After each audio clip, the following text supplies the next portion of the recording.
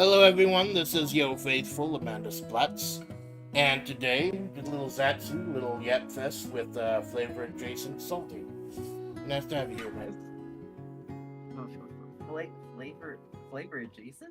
Yeah, flavor adjacent. Or did you want to go ahead and sign the fucking contract? Are you officially flavor now? Is that your big Uh, announcement?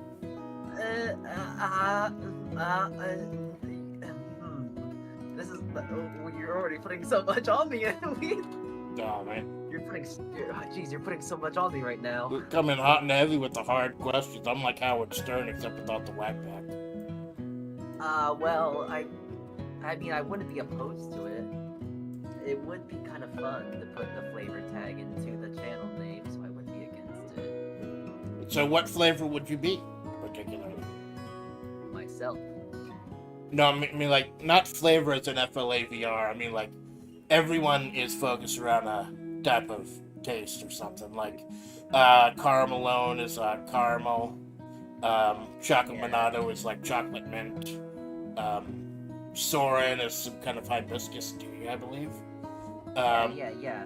I was supposed to originally be Jack Daniels, but I've gone ahead and embraced the origin of Amanda Splatts. It's fucking roadkill still. I'll live with that. Lovely. So, Roadkill stew. so if we were to order a salty in the bakery, what type of bread would we get? Well, honestly, just a loaf of sourdough. Though, now that you make me think of it, I have heard that there is something called a salt bread. I've never really looked too much into it. I just only really heard of it on passing ears. But I've heard there's salted bread out there, and I don't think I would be what I taste like, but that definitely would be something funny. A salted loaf of bread. Well, Salted. I know in America they put a ton of sugar in the bread, but I don't know about salted bread. Oh wait, you're not American? Yeah, I am. Okay.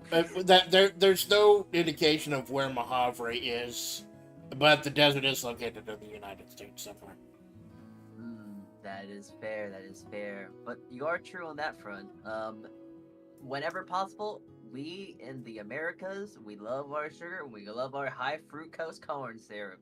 Yeah, I fucking swear, man. The only way I'm able to keep any semblance of a diet is that I get the sugar-free Pepsi, the Pepsi Max or whatever it is, because I'm fucking hooked. It's not good for you. Yeah, like it's better than the real stuff though. I. You'll have to elaborate. So, first of all, diet sodas are so counterintuitive. Most diet sodas will have a chemical compound of sucrose. Not real sucrose, not like real sugar, but sucrose. And sucrose is, well, it's highly processed. I imagine you probably know what Splenda is, right? Yeah. Splenda is essentially sucrose, and if you know anything about Splenda, it's really sweet. So sweet, I believe it's been chemically designed to be 500 times sweeter than your normal table sugar. Oh, Table damn. sugar, granulated sugar. So that's why it has no calories. It's all chemical. It's all chemically produced. It's has a lot of sugar, has no calories, but it's just pure sucrose, which is just a bunch of a process of chemical compounds to make, well, something sweet. Ugh. I don't like. Yeah. So what do you recommend then, man? What are you drinking there during your streams?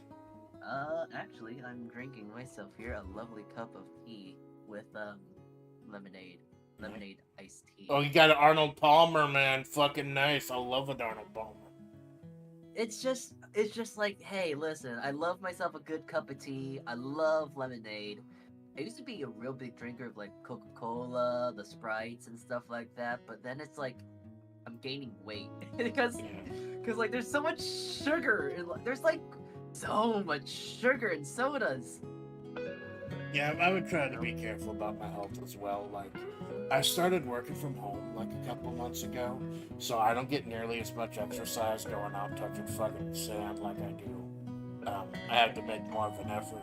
So I've been trying to think of like other ways I can do it and kind of doing it from home, stuff like that. Just trying to make smart decisions. You got to make fucking smart decisions anywhere you go, anything you do. Be a smart consumer. That's why I bought, like, I'd come back from, like, buying 13 fucking Steam games. I would suggest that if you want to get exercise, honestly, the best thing to do is just go on a walk, like, honestly.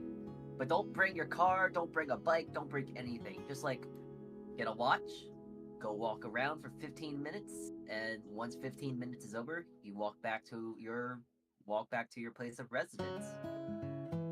Because at that point, you can safely say you've been exercising for 30 minutes, because 15 minutes to go out, 15 minutes to come back. Yeah, as simple as that. It's just, I gotta be careful what time of day I go out, though, because it's not exactly the safest fucking place around here.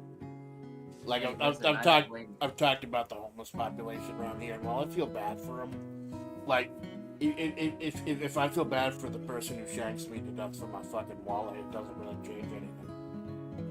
Listen, I'm with you there, because I also have to worry about such I don't want to say inconveniences, but, like, you know, the random encounters, you could say. I have to watch out too. So and I am grossly underleveled.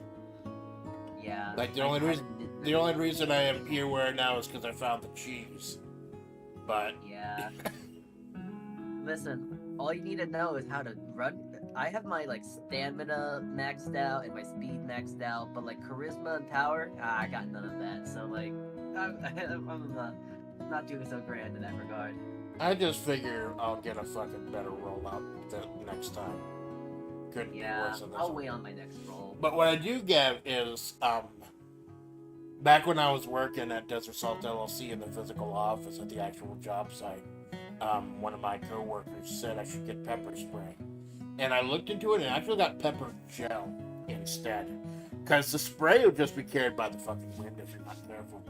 I think the issue about, like, pepper spray is that it's held back by weather.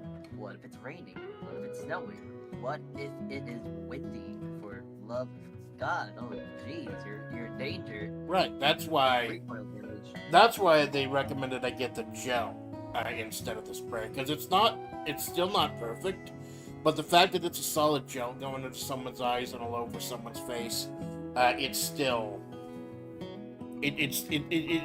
better. There's still a little bit more accuracy. You know, luckily I haven't had to fucking find out yet, but you know. Well, you're definitely a lot more caring than I am, because I just have a straight up metal baton, a taser, a knife. I got a whole kit on me at this point, you know? You're taking out the whole fucking crowd, Jackie Chan style. Holy shit. Yeah, like, listen. There's a lot of untouched potential here, but yeah, I got nothing else to say. Listen, I'm just strapped. I'm ready. There's a lot of people here that have better stats, to say the very least. So I need to make sure that my weapon stats are good. Fuck. My stats might not be good, but my weapon stats will be a lot better. Yeah, I swear to fucking God, man. Like, I try to be careful as I can, man. It is just, but you can't shut yourself off from the world. I've had friends who just, like, the whole fucking COVID and everything, just shut themselves off and never went out. You can't do that either, too, man. You'll go fucking schizo in your head.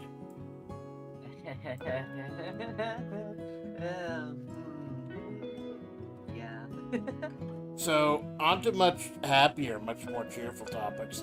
One of the reasons I first reached out to you, man, number one is because of your work with the underperformers, Nicola, Soren, yes, and Temp and Soren. I've had the honor of streaming with all three of them, and it took a while, but I finally get the chance to hang out with you as well. Of course, it's a pleasure. It's a pleasure. So how did the underperformers begin, man? Oh, that's actually so funny, Because I don't remember.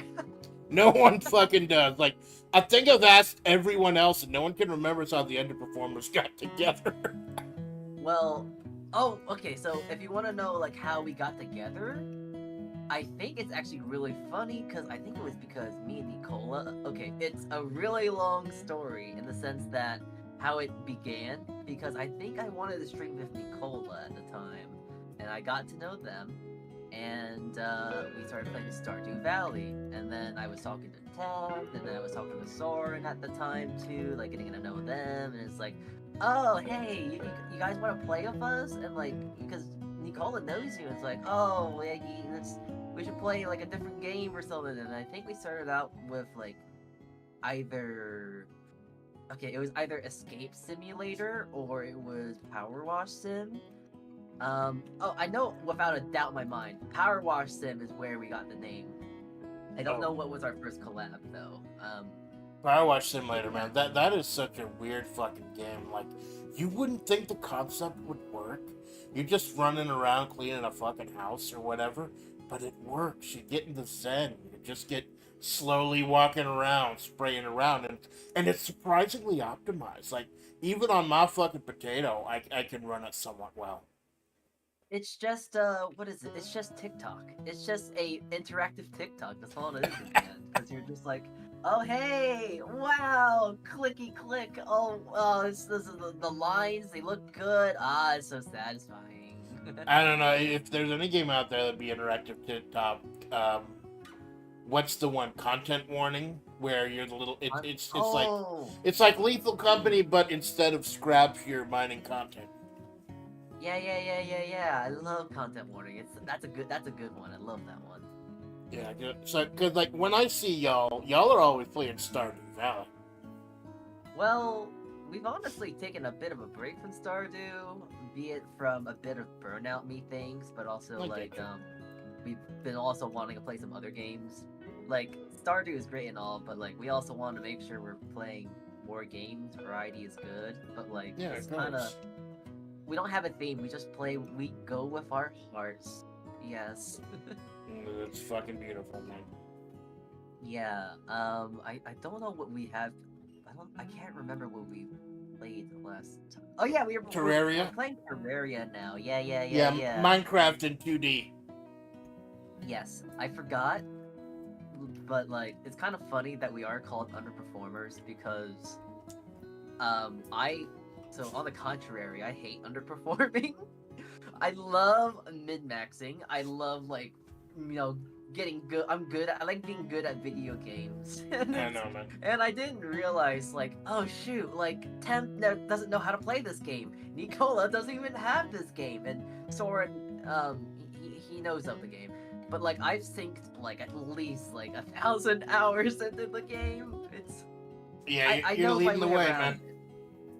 Yeah, like hell, like the first 2 bosses, I think I was the one carrying them. Now, was that the slime one or the? We skipped the slime one. We skipped it just because it's not really okay. So like in Terraria, there's mandatory bosses you have to fight, and then there's bosses that just help you with general progression. The Eye of Cthulhu is just such a good boss to fight first because the Shield of Cthulhu gives you iframes, it gives you a dash, so movement tech and all this and that. You need to fight the Eater of Worlds to actually get the armor, to get better armor, to get the next pickaxe upgrade. The next one we have to fight is Skeletron, so for more gear.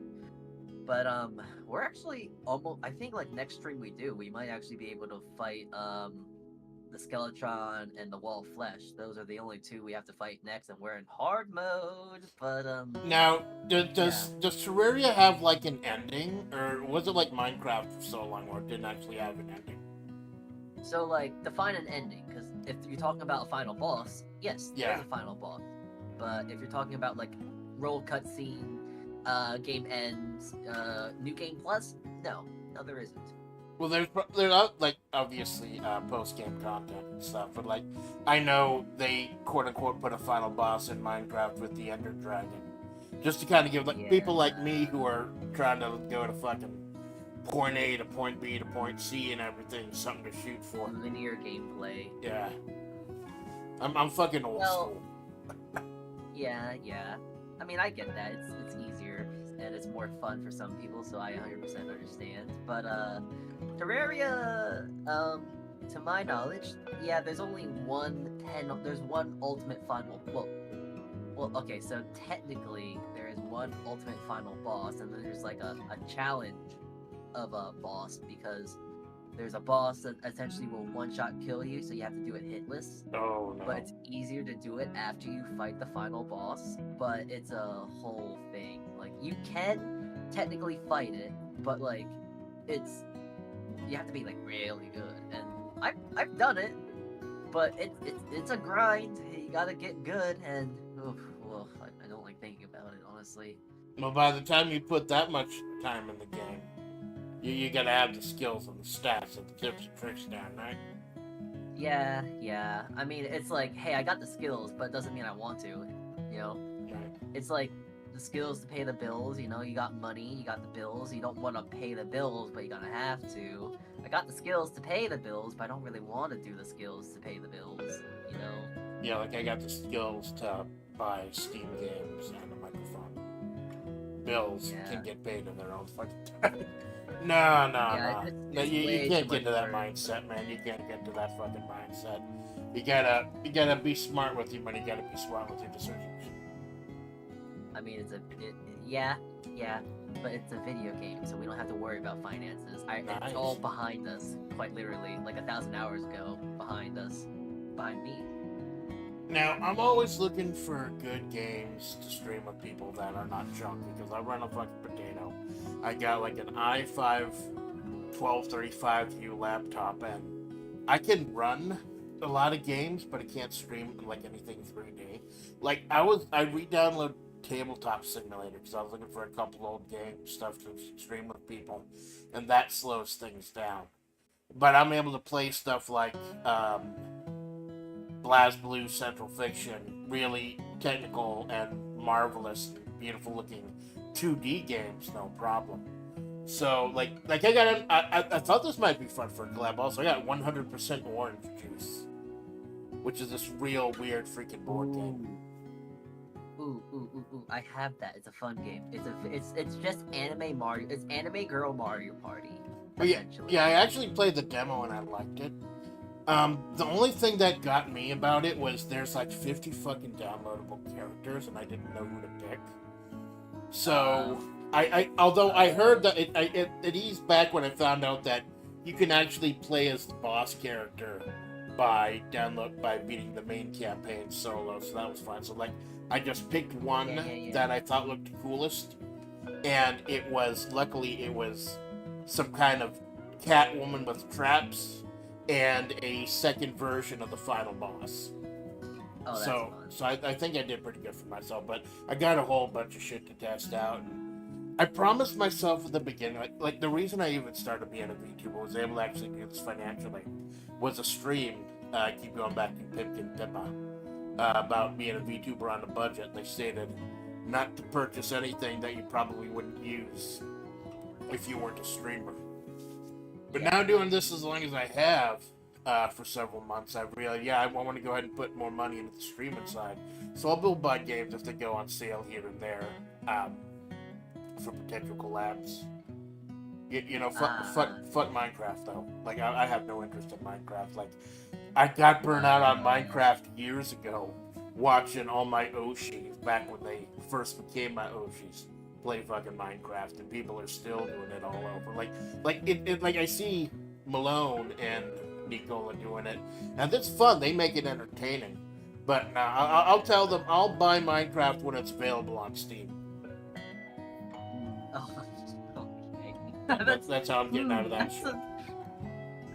That's so like.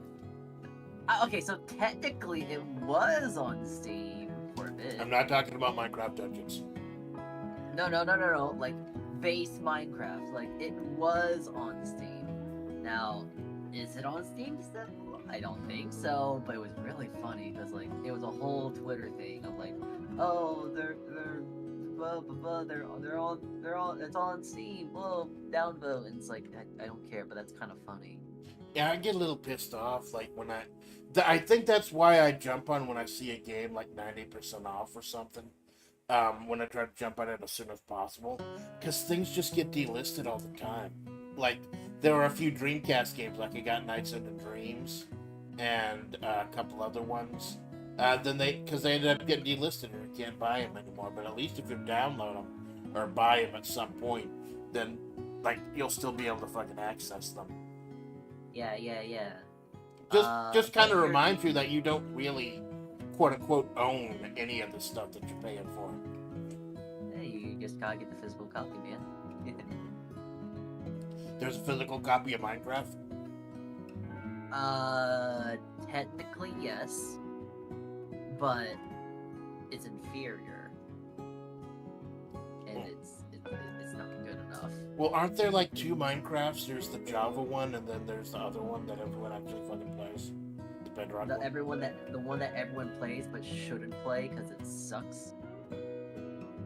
Yes, it's called Bedrock, which is Windows. There's Minecraft Java and Minecraft Windows. Windows is just so stupid. There's like microtransactions and this and that, and it's really buggy. It's not made on the same engine. It's made on a slightly different engine, so it's obviously different. I am a Java player through and through, but I have gotten Bedrock for free because all Java players got it for free. Oh. But, I was about to say that's a hell of a fucking racket. You can sell the game twice at once, but not if you get one, you get the other for free. Yeah, but I don't think that's a thing anymore. It was when that transition happened of like, hey, there's now hey Java players, you want to play, move over there so we can make more money off you. Ooh. And it's like, nah. Listen, you're telling me I have to buy this resource pack, or you're telling me I have to buy this mod? Nah. I got free pie over here. CurseForge, I don't know, CurseForge, Java, all this sort of Fabric, Technic Pack, Technic Launcher. I got my mods and stuff for free. I don't need to put any money towards Mojang. You got it all, man. Already. Yeah. But yeah. I don't know. I'm kind of just like I've finally gotten to the point now where I'm starting to purchase games based on what other people have, not just what I'm interested in. Well, was it Left 4 Dead 2? I'm not even 100% Ooh. sure I can run it, but it was 99 cents. So. Oh yeah. Left 4 Dead is definitely a good. It is a timeless classic. It's like you shoot zombies, you go to point A to point B. It is a classic of a game to play. Everyone likes playing it, and it's also really goofy, and the characters are great. What's not to love? Yeah, well, my only concern is being able to run under streaming or not. But like I said, worst come to worst, I'll just cut out and let people watch the other feed. Like a few days ago, I was playing the Mean Greens with Lewd or Resident EA Key Rex, and I had to cut my feed because this game from 2022 was running a little too chunky with those just little plastic army men running around, including professional wrestler Rob Van Dam, who was there for some fucking reason. Alright. Okay, so I got a few game suggestions if you're interested then. I just blew all my $50, so I can't like buy anything for. But go ahead. Like in case I have to like return anything. Oh, I mean, you can wishlist them at least. So. Oh yeah, of course. Yeah. So, The Binding of Isaac. Ooh, I've heard that was really good, man. It's so good. I'm trying to get Infinity % right now, which is a very hard thing to do. But that doesn't sound like something that's physically possible. It isn't. It's essentially okay, so you have 3 saves files, and you're essentially trying to 100% your save in all 3 save files. But for each save, you have 640 achievements you have to do. Jeez. So for each save, you have to do those same things again and again then again. So essentially, I have to probably do like It's nearly 2,000 achievements.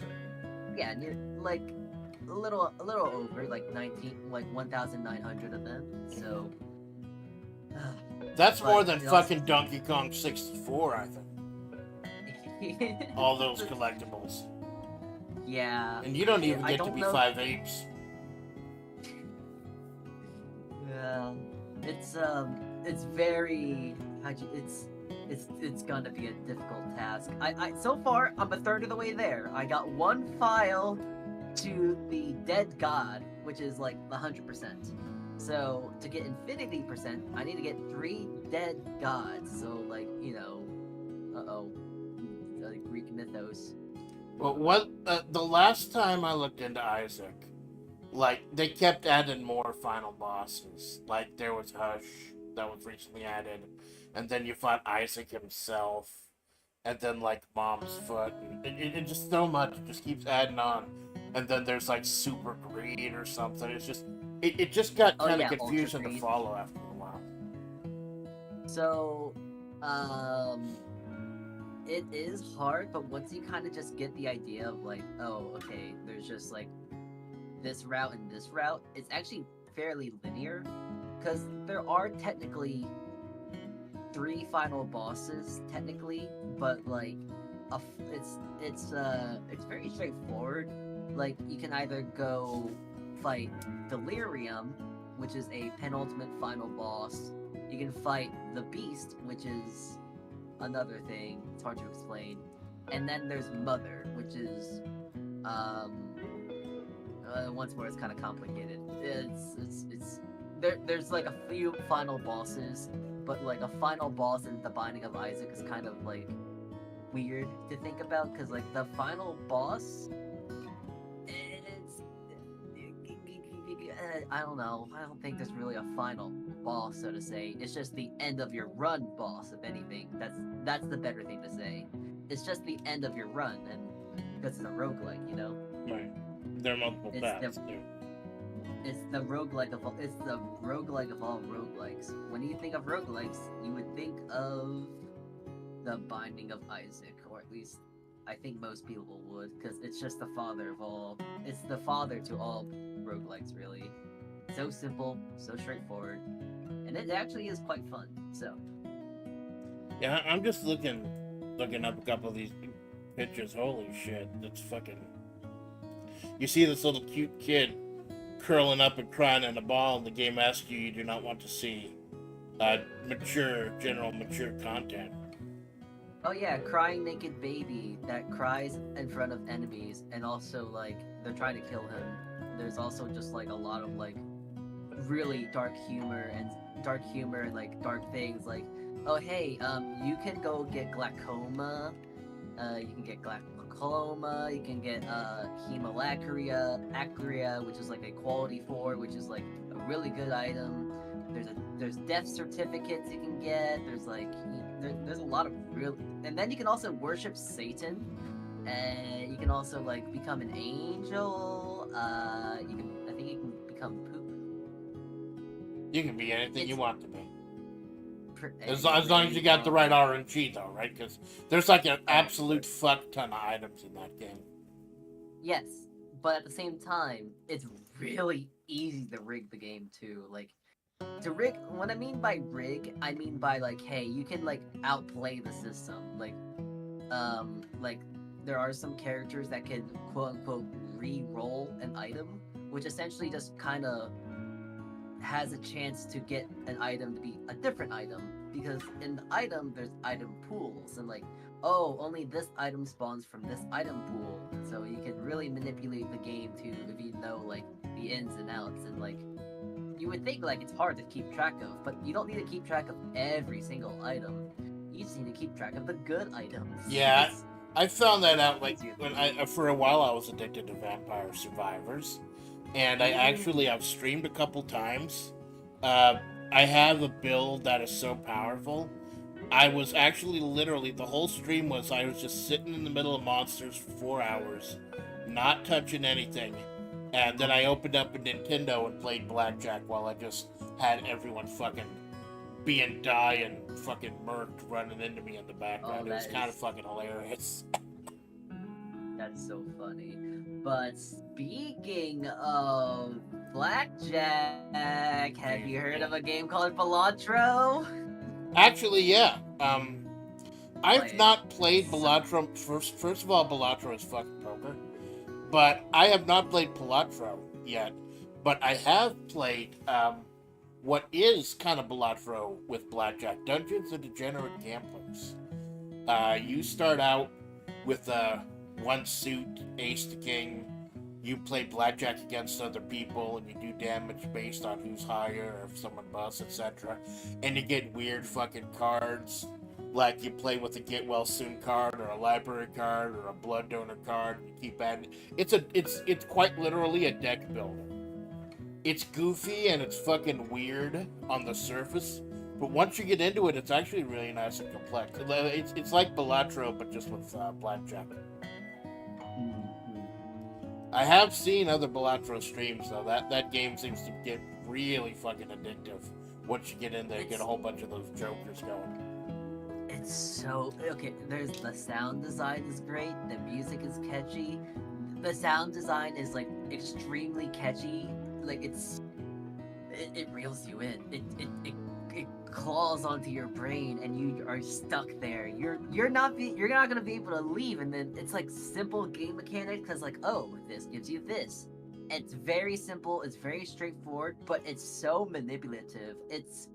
So it's literally it's how I imagine gamblers must feel. Cause like, oh, you want to stop, but there's no you can't. It's just like, As a gambler, I yeah. can 100% agree. I am a fucking degenerate gambler. And I can 100% like. Although Father Splatts taught me from a young age, never go into a casino with more money than you're willing to lose, because you gotta assume you're gonna lose it all, because you're paying for the experience, really. And if you come home with some money, that's just a bonus. Know your limit and stay within it. That's what they say, right? But in a fucking Yeah. video game, you can do whatever you want, man. Oh, yeah. Especially since it is a video game, you're very encouraged to gamble. So, There you fucking go. yeah. And you're kind of taking a gamble when you buy a game on Steam, anyways. Like, unless I guess I'm so happy these days buying shit on Steam. You can like do reviews and a lot. Most of them have demos and shit. I'm a fucking hack. I don't know if I told you, but I remember growing up, and the only things you had to gauge if a game was good or not was if you could rent it at a store or read something in a magazine. So to actually know what you're fucking getting these days, it is so nice. Yeah. Plus, like It's also just nice that oh, sorry, I was just gonna say. Plus, luckily with Steam, like if something doesn't run on my system, I can return it, and like they you say get a full refund. it takes up to a week to get a refund, but I don't think it's ever taken me more than like 2 days. It's really nice. Usually when I get a refund, it's within like a few hours. So, yeah. Yeah, Gaben has access to my computer, and he just like, oh, did Amanda cook her potato again? Here, ding, here's your money back. Team support just comes in the clutch. It's just so good. Yeah, man. And I think that's one of the things that puts it above, like, oh god, I get so confused talking to Malone. PlayStation support. Like, no, there are so many other computer ones too, like Epic Games, or Epic GOG Games, Games, yeah. or like fucking the one I had to download just to play Uno. There are just so many of them right now, and it's a different. I want to download as few things as possible because I know I'm gonna forget about some shit. Like that's why I don't do the streaming television, because I've watched over the years as there are more and more streaming services, and they just get broken up with less and less content each, and less original content. And sometimes the original content is dog shit. Like, imagine buying Netflix because you heard that there's going to be a Cowboy Bebop live-action reboot, and then you fucking got it. Oh. Yeah, it was one of the worst things I've ever seen. Oh, looking through my Steam library for fun games. have you heard of Buckshot Roulette? I own it, and I've streamed it. And I actually had to troubleshoot it in order to stream it. It ran super chunky on my system for a while. But apparently the thing was, it has its own video rendering service. If you get it to run in I force it to run in OpenGL, and it runs fine. I can play it. I was able to stream it with Malone and a few others. The only problem was, like, when you die, everything is still in color, so you only know that you're dead because they keep skipping your turn again and again and again. Oh boy. But that's another thing I've had to learn. I was playing consoles for so much of my life. Now that I got a computer, I just fucking got to troubleshoot all this shit. But it's great. I was able to get it going. Alright, well, okay, 2 questions. Do you have a desktop or a laptop? I have a laptop. Ah, that explains it. Oh, no. No. Well, I'll tell The you. trap. I feel like that's like that's the gamer trap. That is the trap of all gamers who want to try and be a PC gamer. You don't get a laptop, it's a scam! Well, I'll fucking tell you. Hi, Nicola. Thank you for stopping by, Senpai. I feel like I gotta explain myself whenever. Number one, this was right after the whole stream with Pippa about not spending too much or paying for something you wouldn't buy offline. I got this laptop of mine for a third off, like the next day. They were having a sale at Office Max. And number two, I wasn't initially gonna be a gamer. Like, originally I was gonna be a VC. But then other things didn't come together as I planned, and I broadened out with more the creative writing. That's what I focused mostly on. So gaming wasn't initially supposed to be in the equation, but when I premiered in late July, they were doing EVO, which is the World Fighting Game Tournament. And most of these fighting games that I played growing up were like 90% off. No, don't tell me you played on EVO on a laptop! No, these were retro games like King of Fighters 98. And like Street Fighter 2, really old ones. But don't tell me you played these retro games on a laptop still. Yeah. No! Oh my god. You having an aneurysm, my brother? It's just not good. And also, retro games on a more modern desktop is not really that great. Well, I didn't have a lot of options, man. I didn't have a lot of money, and I didn't have a lot of options. I was on sale, and like I said, I wasn't even. The only thing I asked as far as gaming went when I bought it is like, hey, can this run Marvel vs. Capcom 2? And the guy said yes, and I'm like, okay, I'm fucking sold. Alright. Yeah, that's right, Nicola. That's the thing about retro games, doesn't take much to emulate them. But I want to try to support the company if I can, because a lot of these times, Capcom does this more often than anyone else, but I think SNK does this too. They'll randomly put out a collection out of nowhere to gauge interest for a new game in the series. Like, Sega did it with Virtua Fighter 5, like re-releasing 5 after so long, after like, I think 15 fucking years. And they re-released it again, and everyone went crazy for it. Now, like, oh, they're gonna make Virtua Fighter 6 now. So these random collections you see coming out of nowhere, there may be a more ulterior motive. So, as much, like, I'll emulate a game if there's, like, no other way to play it. There's, like, no other option. But I want to try to support it if I can. $1 million for it? Mm-hmm. Yeah. Oh my god, the resale market has gone fucking crazy. Oh, it's so funny. It's kind of crazy, because, like, I actually... Hold on. I want to go find it now, just for the culture. Nick Willis says, there's a lot of interesting retro games and companies aren't around anymore where you really start to actually... Yeah. Like, Virtua Fighter 5 Revo runs on a different engine than the original Virtua Fighter 5 did. I think it runs on the Yakuza engine. So, it's just not an option sometimes. Okay. Culture moment. Alright. I have found my. Shit, I found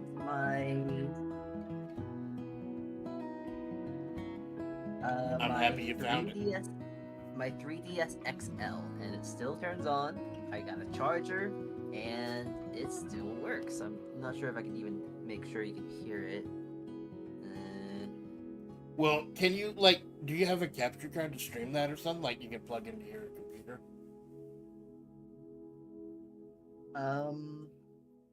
I do have a capture card, but I just don't think it would work with this thing, just because the capture card is for my Switch, not for a 3DS XL. Right, because But, I don't even have a capture card in this thing. If I had a capture card, like a USB one or something, I've got this old retro handheld plug-and-play Neo Geo. I could play a fuck ton of old games as they were originally meant to be played. you know, it's kind of funny thinking about old games, because, like, these games that I have, they are considered old, but, like, I could theoretically resell these games for, like, hundreds of dollars. Like, Yeah. I have... The resale market has got fucking crazy. Yeah, actually, I want to see, because I actually don't know how much... Nicola's asking if I've ever played Echo the Dolphin. The company went defunct in 2006. I played it briefly. You're a dolphin swimming around, fighting enemies and doing puzzles and shit. I played it briefly, but the controls just kind of threw me off, and like I didn't spend too long on it. Oh, jeez. Like, okay, so apparently Omega Ruby is like $80-some. Ooh. Now, granted, these are like pristine, pristine and new, but like... Right. Yours probably had some wear and tear. It's got some bread crust on it. Breadcrumbs. Oh yeah, they definitely have some usage on them. Let's see. Pokemon... But you know what is going to be expensive no matter how much I mess with it? I have the cartridge for Pokemon Heart Gold right here, at the ready to play whenever. Cool. I don't know how much Pokemon Heart Gold is nowadays, but I've heard that it can go up to $100. Like, it's Heart Gold. That's really old. And I have also Diamond. I have Black and White 2. Like, I got some of the old Pokemon DS games. I have a lot of Pokemon games, you can't tell. But... Yeah, Pokemon is still a fucking thing. Like, I'm surprised Oh, yeah. Although I heard that the last couple Pokemon games were like kind of bad. They're like Ubisoft games, where you just a whole big open world with not a lot to do. And then Pal World came out, and then kind of fucking mobbed Nintendo. Yeah. You see, I think... Okay, honestly, I think people are underhyping. Maybe I'm just weird, but I think Pokemon Arceus and Pokemon Scarlet and Violet, which one of our recent games, I think they're actually pretty good. Pokemon Arceus gave us the ability to get killed by Pokemon, finally.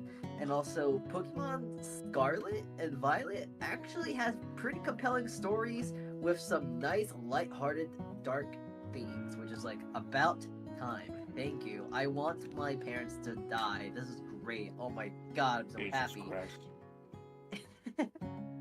I will say though, the Diamond and Pearl remakes, yeah, they're good. They're very much faithful recreations, but The only really interesting thing I can remember about Scarlet and Violet is one time I saw Orica fight a truck. That's about it. Like her Pokemon fought a truck at some point. Oh yeah, you fight 4 trucks. They're built for tough. But yeah, that's not quite. It's usually not the Pokemon. Like, I just got pissed off that they dropped Snorlax. That boy was my man. That's a big fucking chunky boy. You can eventually teach him Hyper Beam. Pokemon, I think you can get Snorlax. What is he like, DLC?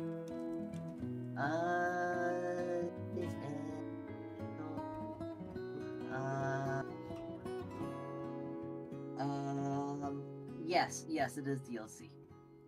Ah, there you fucking go. Everyone got pissed Hey, off because their favorite Pokemon wasn't in the game. Even though there's literally, I believe, over 1,000 Pokemon now. yeah, like Imagine listen. doing the fucking Poke Rap with all that. Jeez, Back in no. the day, it was like 150 Pokemon took 5 segments. Imagine, like, Yeah. I remember it was this old comedy website, College Humor.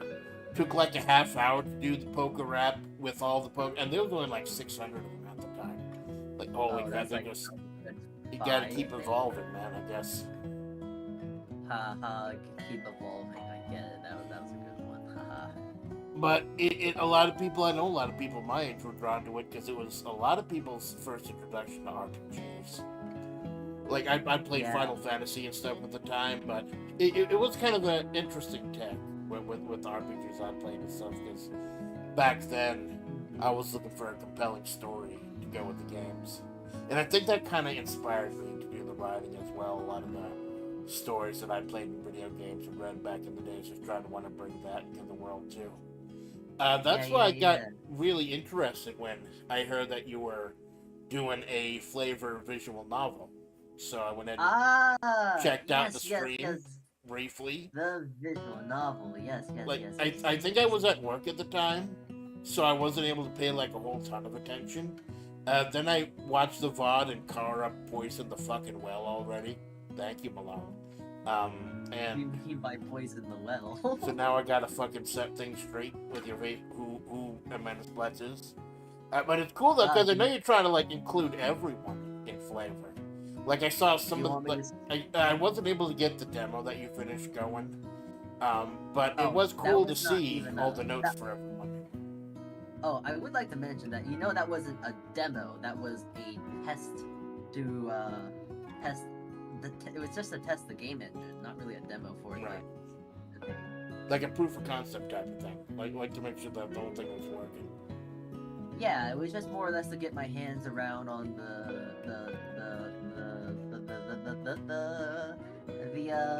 the sim that the game The game engine. thing the game maker the visual novel maker, yes, the Yeah, visual novel game because maker. doesn't the RPG maker like there are like 3 or 4 different versions of it, and like they Well, keep like occasionally they'll be free if you download it that day or something. that's precisely the point. It's not RPG maker, it's a visual novel maker, which is a little different. Little different. I actually have a RPG maker, which I am tempted, like thinking like, if I need to jump ships and make an easier visual novel, I could jump ship and go do that. But like the question then becomes, do I want to make a corpse party, or do I want to make a Doki Doki literature club sort of game, you know? Well, luckily I'm Corpse roadkill, party so I'm might already work. kind of technically a corpse party. But No, no, fucking, no, no. oh my Like, god, Doki Doki, man, fucking, but no, I, no, no. Corpse party, like the old JRPG where yeah, Corpse yeah, party yeah, yeah. I've heard, like, I was a big fan of like those. I or forget the name of the website, but it's the one that did like translated that into Witch's House and everything. And yeah, I played the Misao for JRPG. Halloween, and then I got really pissed off because it was a Misao remake with even more cheap bullshit deaths out of fucking nowhere. Did you play Al Oni? That's a classic right there. I gave up after a little while. They're just a bunch of dumb, cheap shit. I loved Eve But though. it's I thought but Eve it's was so. beautiful. Oh, Eve. Oh, have you tried Mad Father? Yeah, the original. I haven't tried the remake. I think I watched Malone play the remake.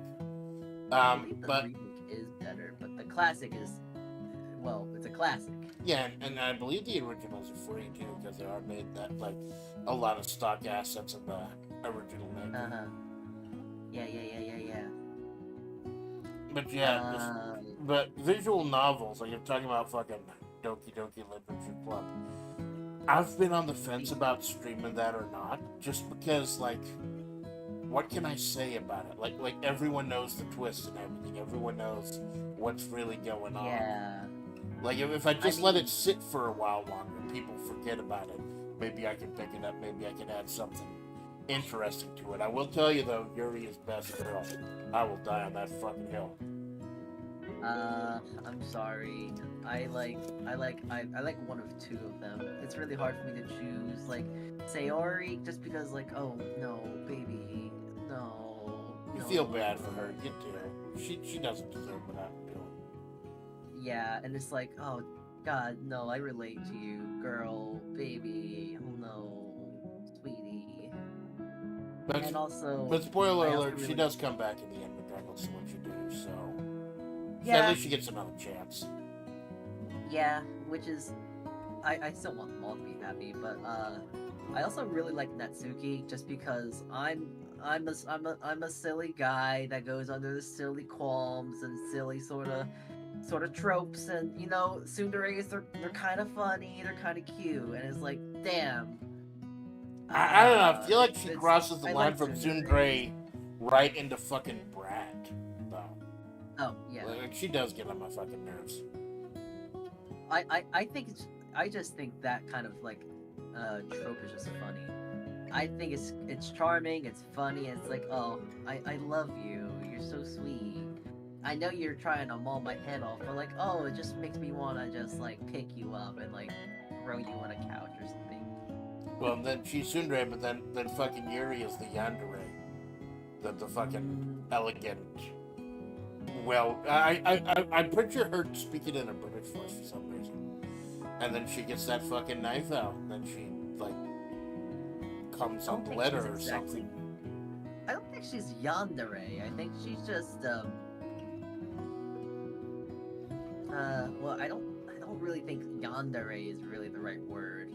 Like, yeah, she kills, but she kills herself, which is kind of like, I don't think that's what a yandere does. It's quite the opposite, actually.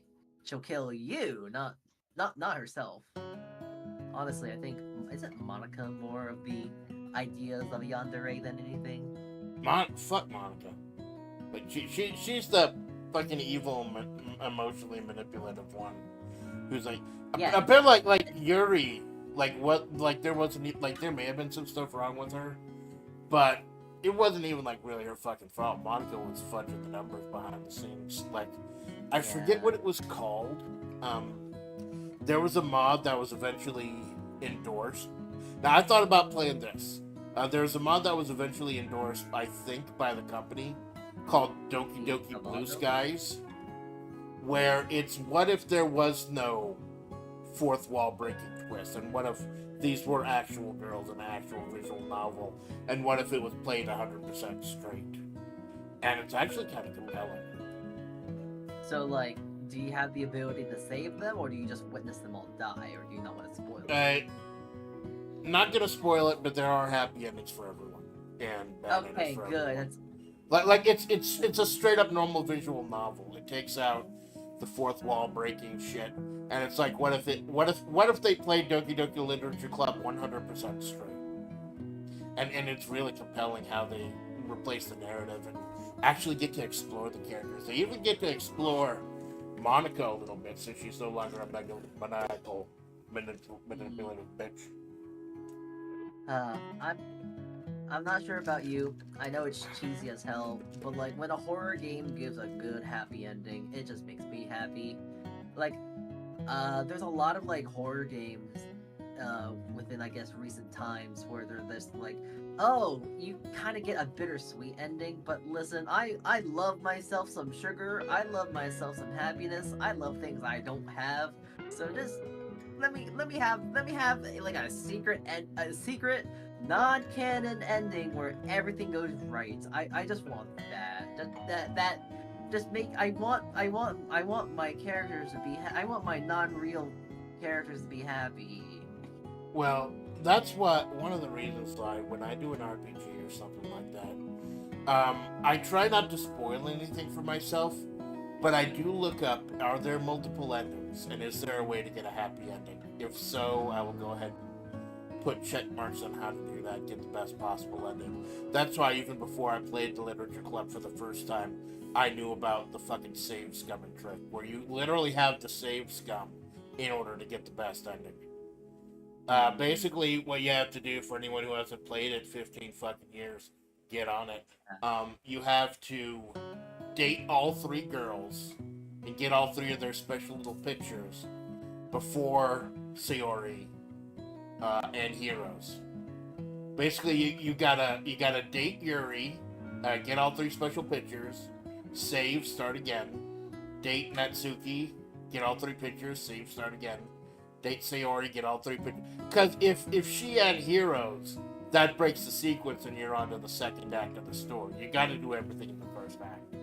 And I think that for a visual novel, for people who really play visual novels like that, save scum to get everything, that's kind of fucking brilliant. Because you know there are people who are going to be playing about that anyways. Yeah, just making it an integral part of the game mechanics. It's cool. It's like I said, like everyone knows the trick and everything. What other than voice acting, but which I've tried to do, but have horribly failed at. Like what else could I add to it? Like what was it? I played the last quote unquote RPG series, or actually technically you could just fucking call it a visual novel. Last month I did Blaz Blue Chrono or Central Fiction. It was a fighting game. Fucking anime fighting game. And when I originally streamed it, I didn't know it was essentially a visual novel. With there's 20 hours of visual novel and literally about 20 minutes of actual fighting game. I was sitting there reading, keeping track of 35 fucking voices, reading for 4 or 5 hours at a time because he didn't translate the last game, trying to keep track of who did I give what accent.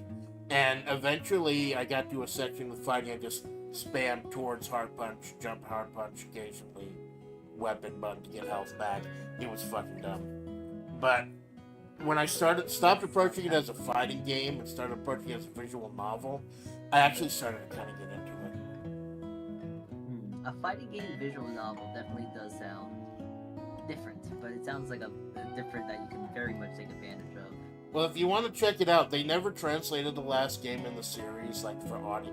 They translated the text, but not the dub. It's on my channel, Blaz Blue Central Fiction. It's the one with me in the yellow and black bodysuit trying to look like Moon 13. You might want to check it out on your own, though, because, I'll admit that my voice acting was kind of dog shit.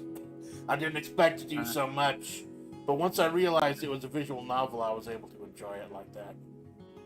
I mean, at least you're able to at least have the tenacity to do voice acting, because, I know, I could voice act. No, not could, but, I could give this character a unique voice, but I'm too, prideful, I guess. I'm too anxious, or, I don't really have a set reason. I just don't want to do voice. I don't want to make a voice because I feel embarrassed. So. Well, I understand, trying to be embarrassed and shit, and that goes to another bit of creative writing I've been doing.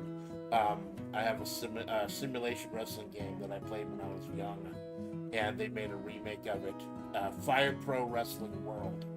It's a professional wrestling simulator.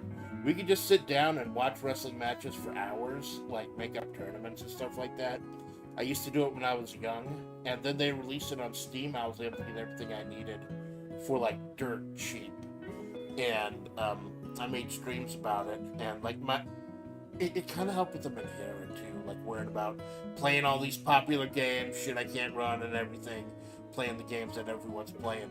But the two most watched videos on my channel are Fire Pro Wrestling, which is stuff I used to do offline years ago, doing it at my own time, at my own pace. And but it is basically like wrestling shows. You can play wrestling or you can watch wrestling, create wrestlers and stuff. And I had to get over my fear, and I've fucking tried to voice act several wrestlers and several characters on the show because I know I'm not a professional. I know it's gonna be fucking dumb, but if I embrace it being fucking dumb, I can have fun with it. You gotta destroy the cringe. You gotta destroy the parts of you that cringe and become the cringe or whatnot. I don't know what the saying is, but I know what you mean. You gotta. I'm a fucking VTuber. I'm a Babaniki, so I'm already fucking cringe. I gotta lean into it. I gotta be not careful to lean into it because not to dox myself or anything, but back when I used to do writing, I had what's a serious case of what they call last episode syndrome or last act syndrome, where I would write something goofy, I would write something funny, nonsensical, but towards the end, it always became a tragedy, and everything like dark and serious and shit towards the end. I don't Oh, know, maybe it so was because of my mindset at the time. I was in a kind of unhappy place. But so like what those people on Tumblr do with like Cuphead, Undertale, like these really happy-go-lucky games, but give it like a very cringy but sometimes tasteful bit of edge, a little bit of a spite, a little bit of edginess, a little yeah, bit of a oh yeah, I get but you. it was more than just having random characters have sex and say fuck all the time. Oh, that's not what I was referring to, but sure, yeah, that, Well, yeah. because that's what a lot of people thought was edgy back in the day. All you had to do was get these cartoon characters to say fuck and to actually fuck, and all of a sudden you're cool and edgy and you have an original take, and this is how Sega should draw the character, etc. I don't I, fucking. I, Yeah, I think they like called it grimdark. So if people out there fucking writing emo poetry and wearing black trench coats and shit, it got fucking weird. I thought just being edgy was just like, everyone in my family has died, but I'll still be happy for them or something like Yeah, that. the tragic backstory, and that's what I got to be Yeah. careful about myself. Writing Mary Sue's characters who are Oh, Mary flawless and Gary. with like no flaws and everyone fucking loves them and shit. I'll make sure when I create a character, especially with like Amanda and all the characters in Mahavre, that there are these fucking flaws, that there are people, or if not, that it's an antagonist that you're not supposed to like. Yeah. Oh, Mary and Gary Sues, essentially, yeah? hey, thank you for stopping by, Stilo. I'm happy to see you around, man. I haven't seen you in the chat before. But yeah, Yeah. because I've seen a lot of that shit. I've seen, like, I used to be heavy into the fan fiction world, and I saw people writing themselves into stories so they can bang their favorite character and everyone loves them right off the bat. And Yes, self-inserts, yes. at that point, it just becomes a fucking fetish story. Fucking, like I thought about picking up fan fiction again, and I kind of dipped into it a little bit. I like wrote "What If Amanda Was in Web Fishing" as part of the Weird Dreams Creative Story stream I did. It's just there's so much I can do, and that's one of the reasons I call this the Amanda Splatts project instead of just Amanda Splatts channel, because I want to experiment with stuff. I've been spinning my wheels a little bit about that, but hoping with like talking with people like Nicola, like you, like Jawoon, like Donna, like discussing lore and stuff and writing and stuff, come up with ideas, because I don't want to just tell Amanda's story. I want to tell FlaVR's story too. Yeah. So speaking of FlaVR's story, how are you doing with your interpretation of the FlaVR story? Ooh,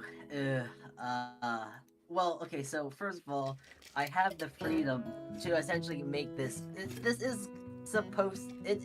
I'm fully embracing the idea that this is a stupid, tropey fan fiction, essentially. But that's completely on purpose. So, like, yeah, it's gonna be like, oh, there's gonna be your token awkward girl, and then there's gonna be your token tsundere, and there's gonna be your tokens here and there, but with a bit more What's the play on one? the wordplay. I know there's a flavor. lot of fucking dairies out there. What's the one dairy, or it's the old woman the old hag who drinks a lot? Himedere? I mean, there's The purple haired woman from Evangelion. Because like you need a hag. I'll admit it. I'm an old fucking hag. I think they're just called hags. I don't really know. I don't really know, to be 100% real with yous. Yeah, well. I just know, and also that's kind of a bit too specific of that's too specific of a trope. like, yeah, it's too specific because you're talking about someone who's an older lady who is also an alcoholic. That's two Well, tropes. alcoholic is not always part of it, but it's like there's usually an older lady. But I don't know. It's just because I don't know. There's no like fucking degenerate gambler trope in anime. Well, that's not really a dere. Because being old is not a personality trait, unfortunately. That's just a trait, I guess. Like, you can't say, like, oh,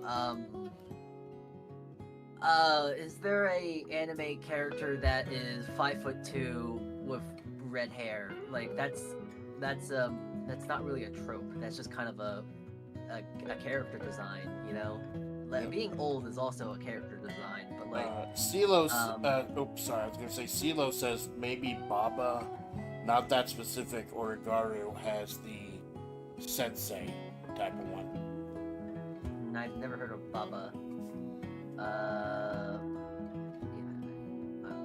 The alcoholic trope is called best girl. Jesus fucking Christ. Although I have kind of leaned away from the whole Jack Daniels alcoholic thing with the character. Not gonna go too deep into detail, but recently experienced someone go to the DTs, and I'm like, nah, maybe this isn't something I shouldn't be pushing. Yeah. But I'm trying to evolve, man. I'm trying to be more careful of like what I'm putting out there, like the face I'm putting out there. I'm trying not to be Aspen Hera. Like I tell people, like I'm working on the Menhera. I've fucking mastered it at this point, but I'm working on it. So since you seem to be very talent, I don't know what the word is, adverse. Since you seem to be very adverse with this word, what the hell does Menhera mean?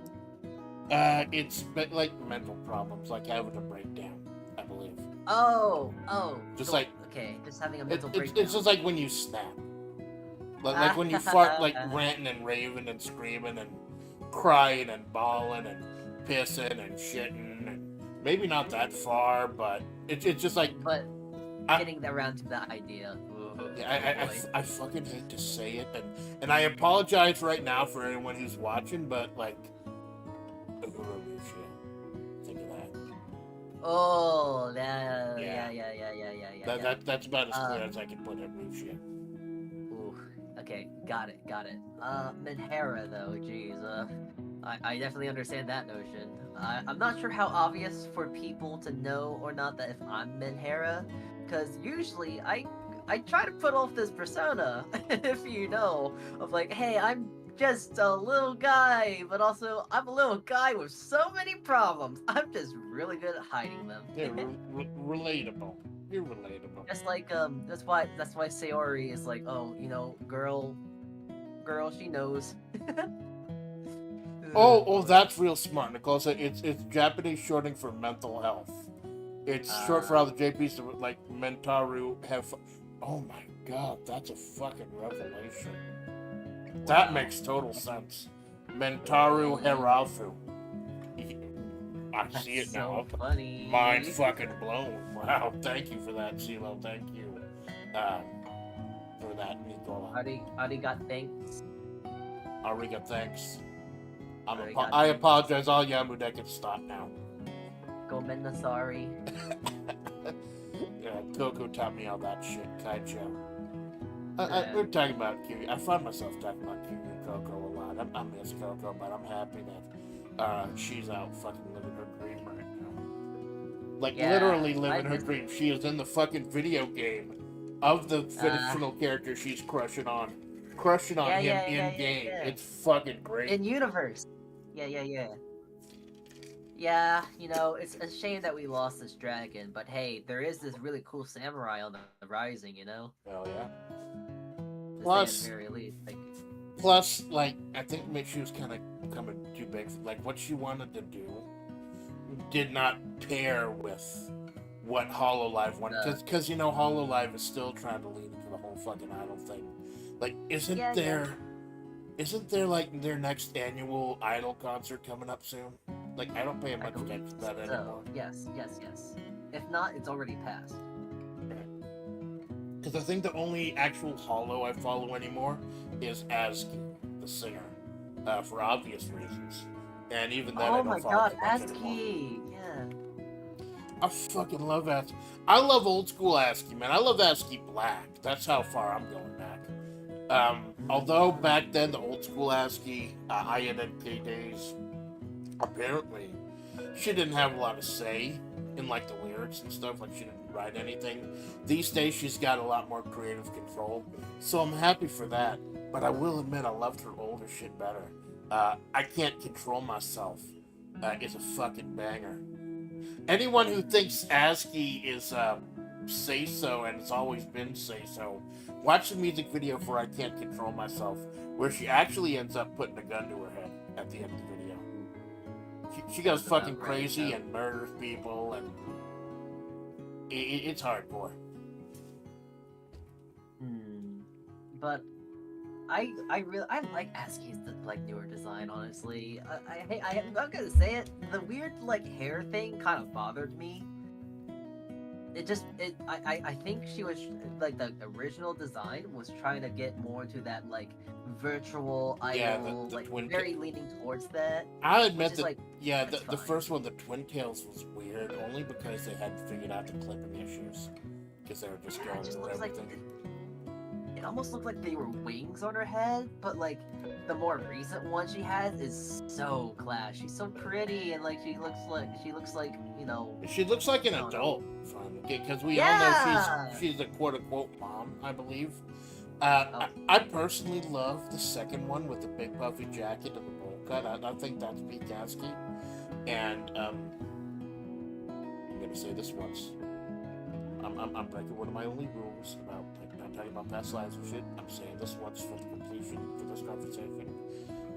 If you look at the third ASCII outfit, she designed herself. That's just her past life with a different color palette. She just letting people okay, know. that's cool. I feel like she was just, in my opinion, she was just letting people know who she was in case she had to cut ties.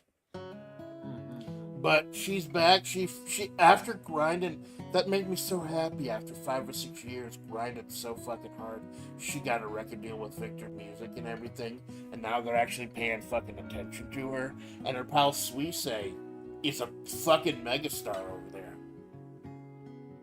Oh yeah, I was gonna say like I love ASCII, but like listen, that comment has some fans though. Like Suri say, oh I love her. I listen to her music regularly. Yeah. Like she not only has like a beautiful voice, but like oh my god, like if you look at her like backstory, I guess if you wanna say, it's so powerful. It's so like motivating to see what she had all the shit she had to put up with in INNK and everything. And fucking bringing her own and finally making it for herself. And I believe she's one of the top stars in Hollow Live now. Like, I love her music, but I respect the grind and I respect the effort more than anything else. Because I think, wasn't she one of the people they brought along when they helped the Dodgers win the World Series? I believe so. Yeah, I know Goro was there.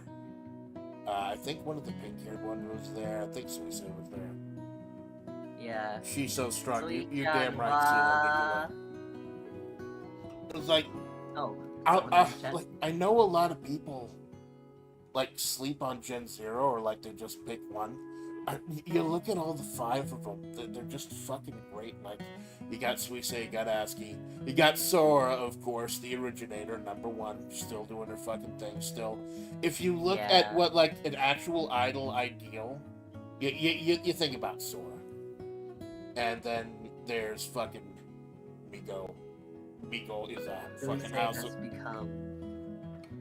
Oh my god, yeah. Actually, sorry, I was looking at your chat for a moment there. Yeah, that's fine. Like, yeah, I've actually went to a restaurant and it's like, wait, I've heard this song before. I know this song. This is Sweet Chan. Wow! Oh my god, her song's playing in the funny restaurant. It was so funny. Well, that's the power of actually getting a fucking record deal, not just in cover, but like Victor Music, actual fucking record company that'll push out singles and stuff, actual climbing like that. And I'm happy that Hololive just isn't trying to do everything in house anymore. That they're actually pushing that out, because I feel like Suisse and ASCII were being a little bit hampered by INNK, even though they had the whole studio behind them. It was still just that studio. Sweet and wow. Yeah, but Sakura Miko, fucking crazy, fucking absolute energy. Everyone has a Miko. favorite Miko moment too. If you don't, you definitely have heard one before, especially like the one on her on the raft and like Ding, Art. ding, ding, ding. Everyone's seen it. Everyone's seen it. For me, it's the fucking lava bucket shit.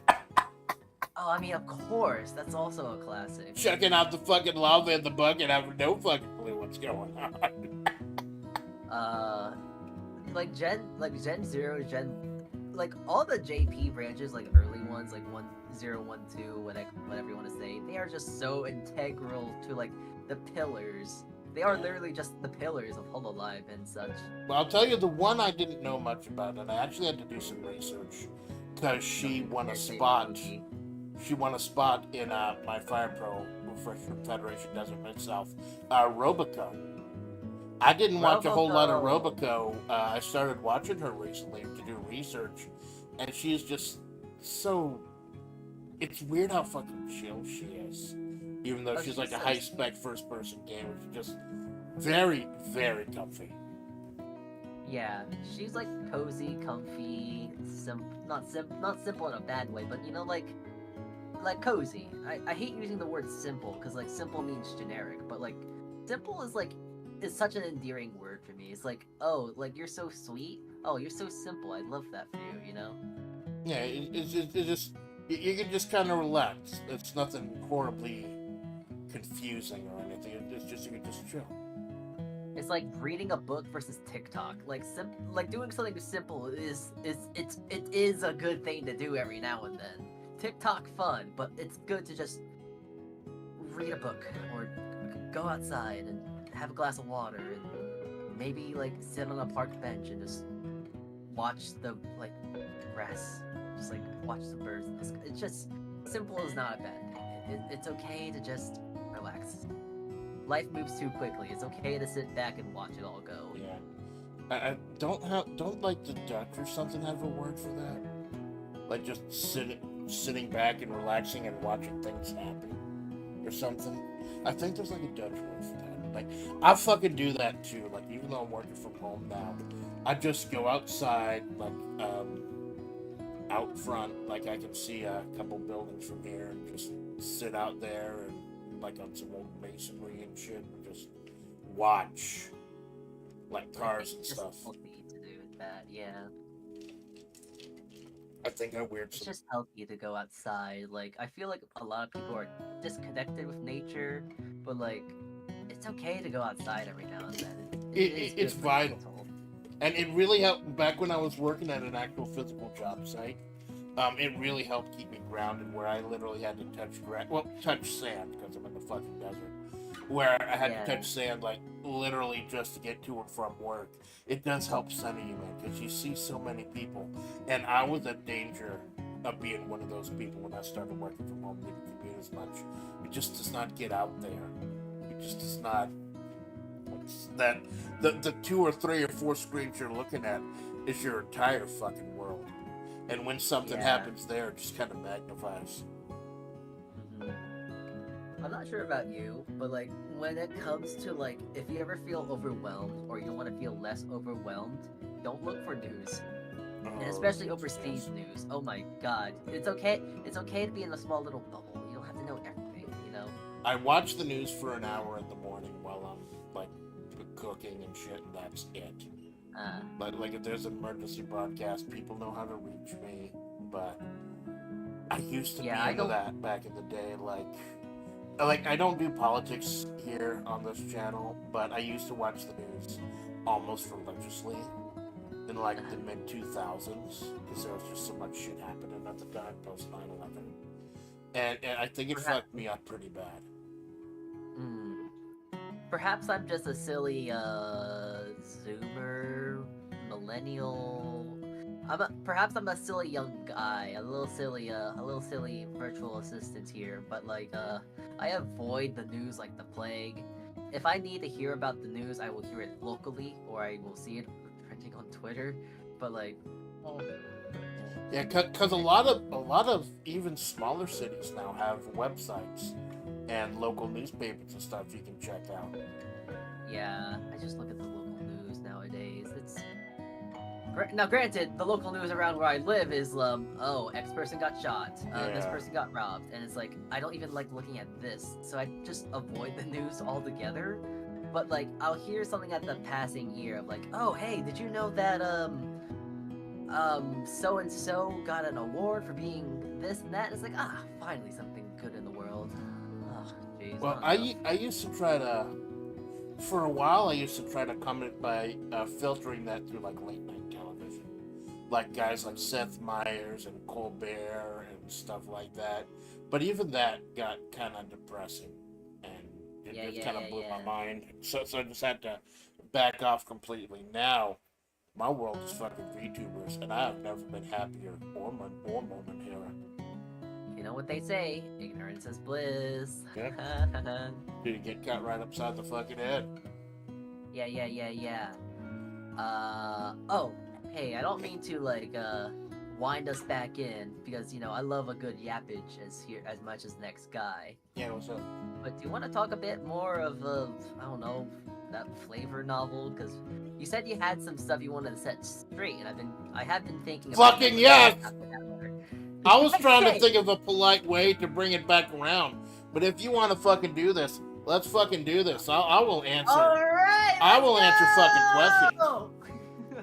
Alright, so, 2 questions. 1, do you want me to screen share this? 2, do you want to show it? I don't know. I usually Like, don't, I can screen unless we're actually playing a game or something. I usually don't,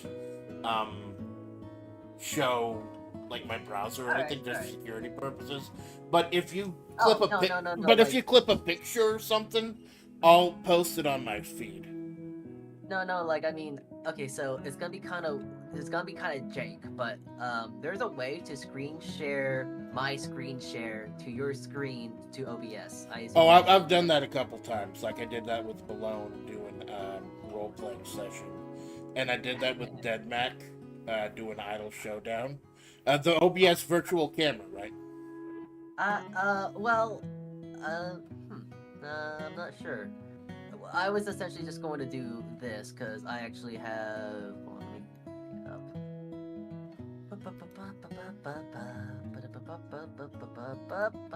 There we go. Yeah. All right. Just screen share my screen share on, you know, on stream essentially. Well, let me move us out of the way first. Yeah. Do what you need to do. Yeah. That's the chat. Oh wait, Discord has an update real quick. I'm gonna go mess with that real quick. Oh, I'll be right back. R.I.P. Discord updates are never fucking good. Windows updates are never fucking good either.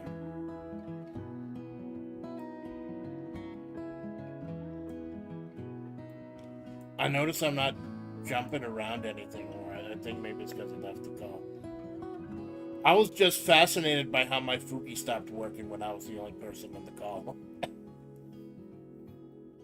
Hello, I'm back. Welcome back. Oh, right. Okay. I noticed I got a fucking Windows update. I'm scared to do it. I have one as well, and I haven't touched it all either, so... Well, first of all, can you even see my window right now? In Discord, yeah, I can see... I just see your little... Google adorable. In a big sea of beige. Maximum beige. You see what? Beige. Like No. light pink. What do you see? I see your little cute icon. The chibi one. Not the one you're using for the Fuki. So, wait, do you not see my screen share then? Well, let me grab my snipping tool. I'll show you what I see. Yeah. Put it on. Because the great thing with snipping tool is that it automatically saves a picture. So I could just snip something. Image. Create new. Browse. Pictures. Screenshots. That's what I see. Loading.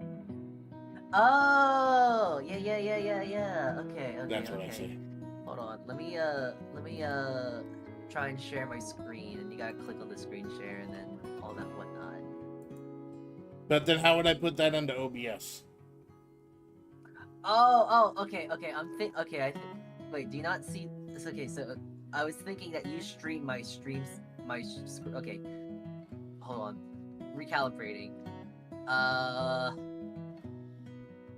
I was thinking that you would probably want to try to screen share my screen share, like show my screen on your screen via the screen share.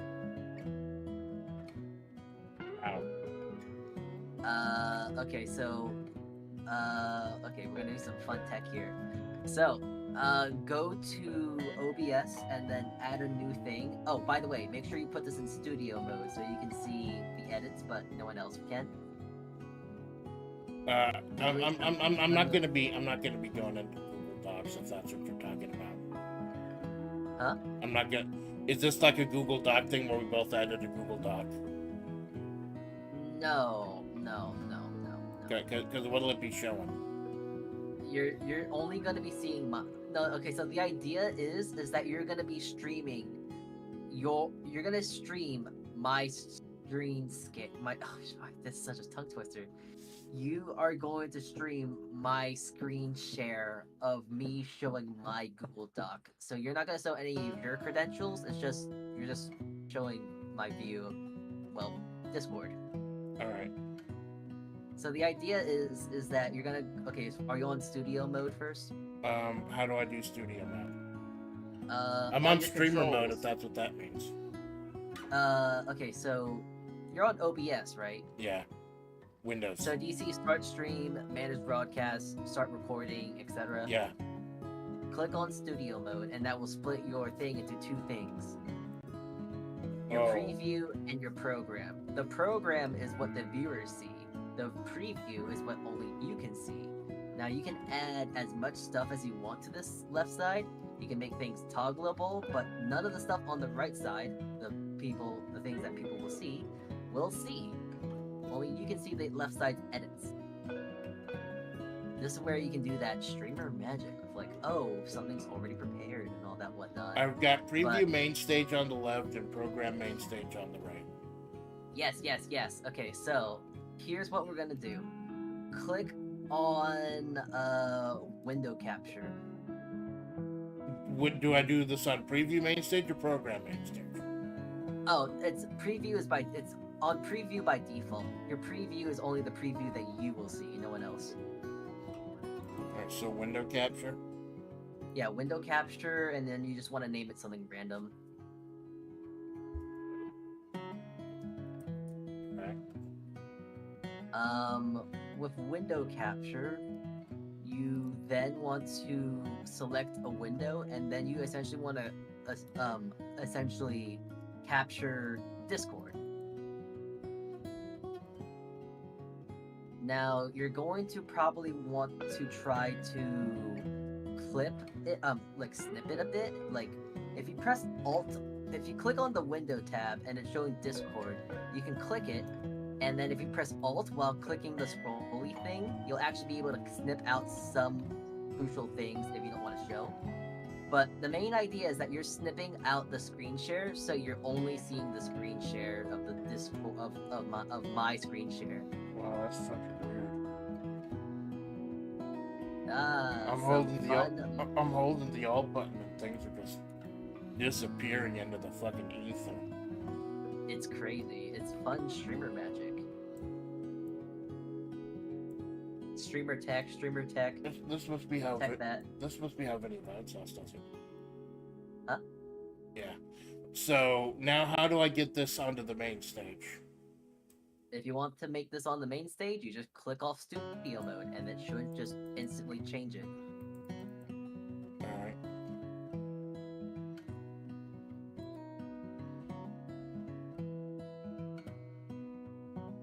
Ah, there you go. It's working. Okay, so it doesn't seem like my screen share is actually working because I imagine you can only see that. Right. So hold on, we You got and my a screen you share. and a wall of flesh. Yeah. Here, let me try to. I'm not sure this is gonna be They're too the risky, flavor but... novel. Yeah, CeeLo. We're working on a flavor novel. Visual Alright, novel. so you should just be seeing... Oh, wait. I see a little well, silhouette actually, of a man. you should probably only be seeing me right now, right? Right, just you. Okay, hold on, wait, let me just really quickly... I'm starting to realize something. I don't think you're actually looking at my screen share. No. Yeah. So you want to click on the screen share, the window of me being screen sharing. You know, the thing I'm screen sharing, the Google Doc. Well, no. All I see right now is you.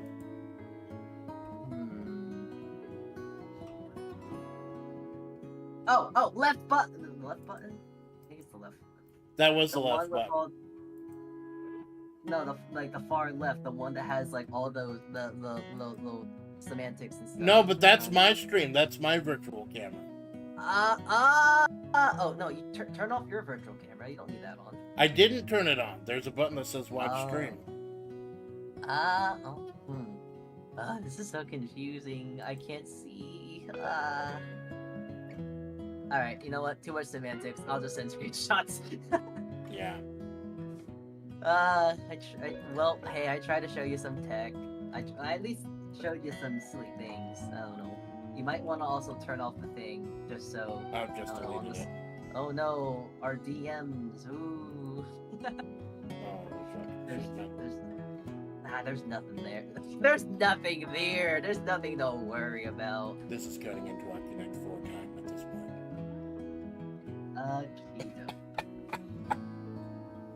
Here, I'll show you some of my notes though at this point. So You scared the shit out of me when you posted that picture of Malone.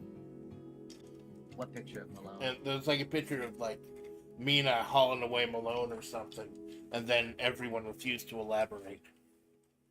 Mina hauling away Malone? Yeah, it's like the screenshot you posted to Twitter or something. Oh!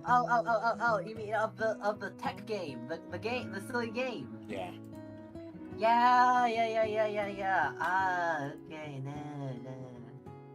Alright.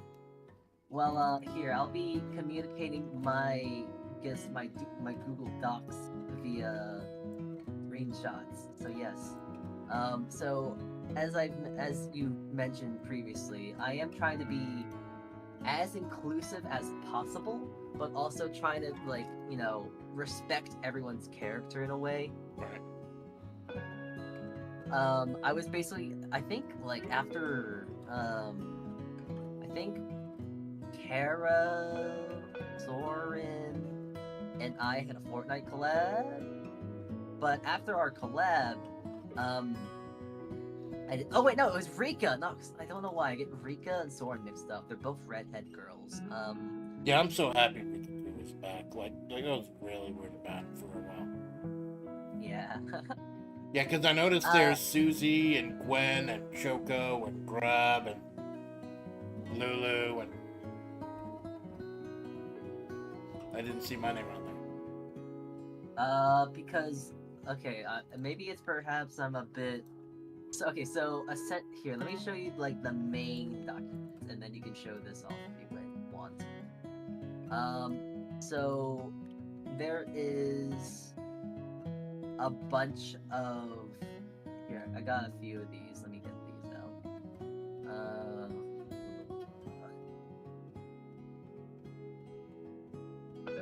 Here we go. So we have Flavor Fresh, which is kind of being like the main story. And then I have the other quote-unquote talent groups.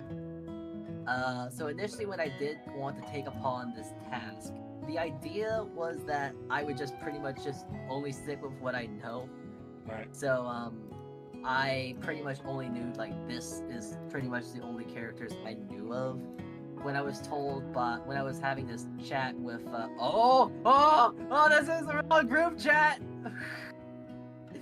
Oh, Well, that's why no. I'm only all I'm doing is showing the screenshot. Yeah. What are you saying about me in the chat?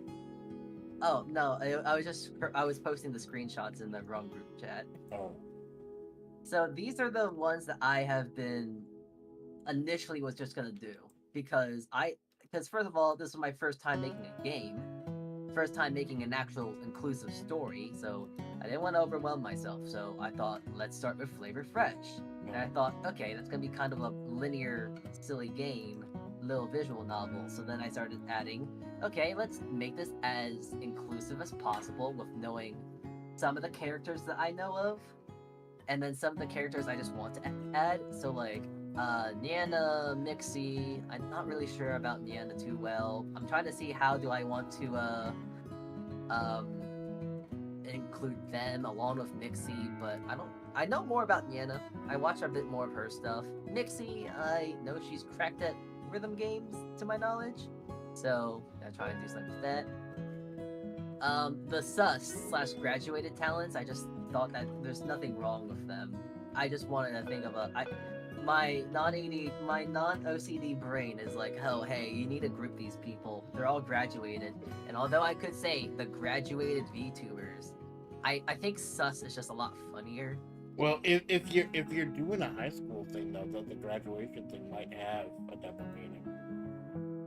Yeah. But like that's too simple.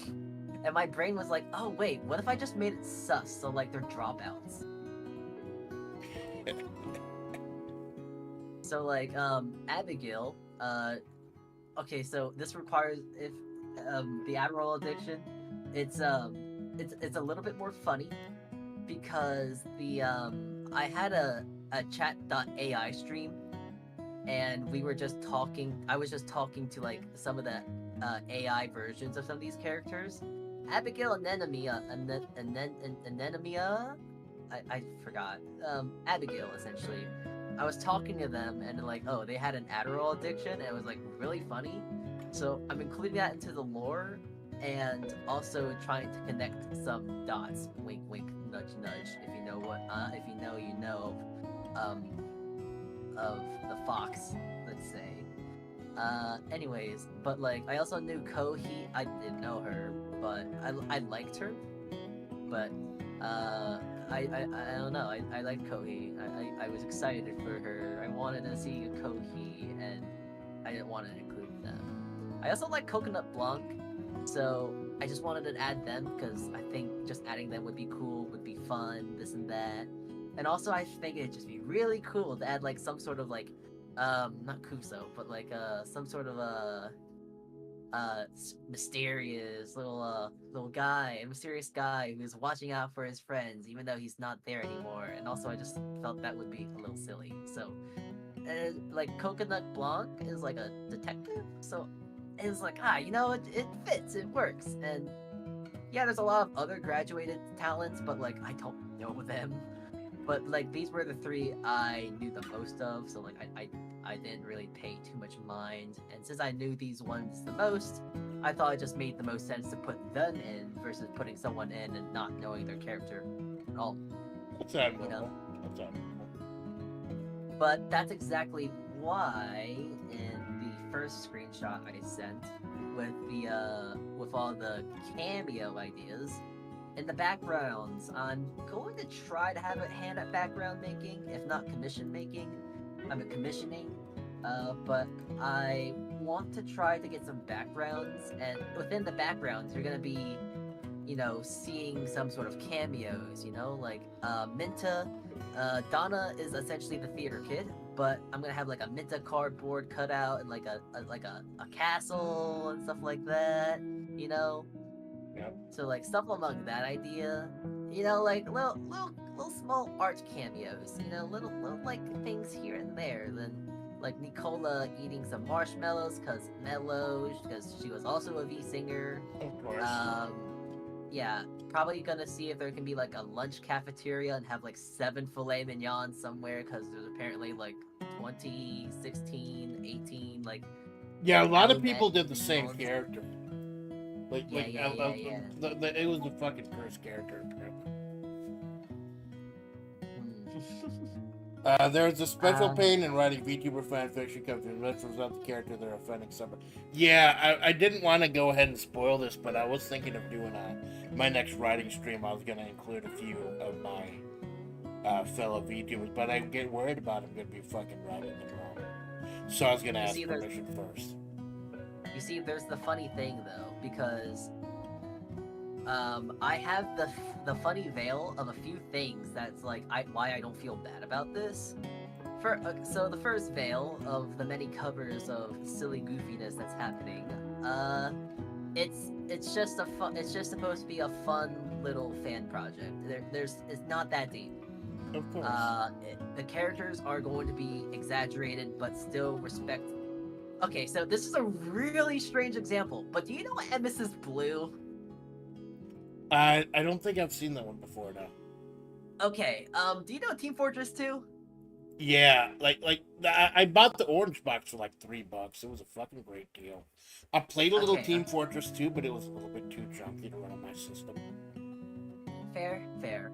But, okay, so there's a fan project movie that was really good called Mrs. Blue. And it took inspiration in the universe and the characters.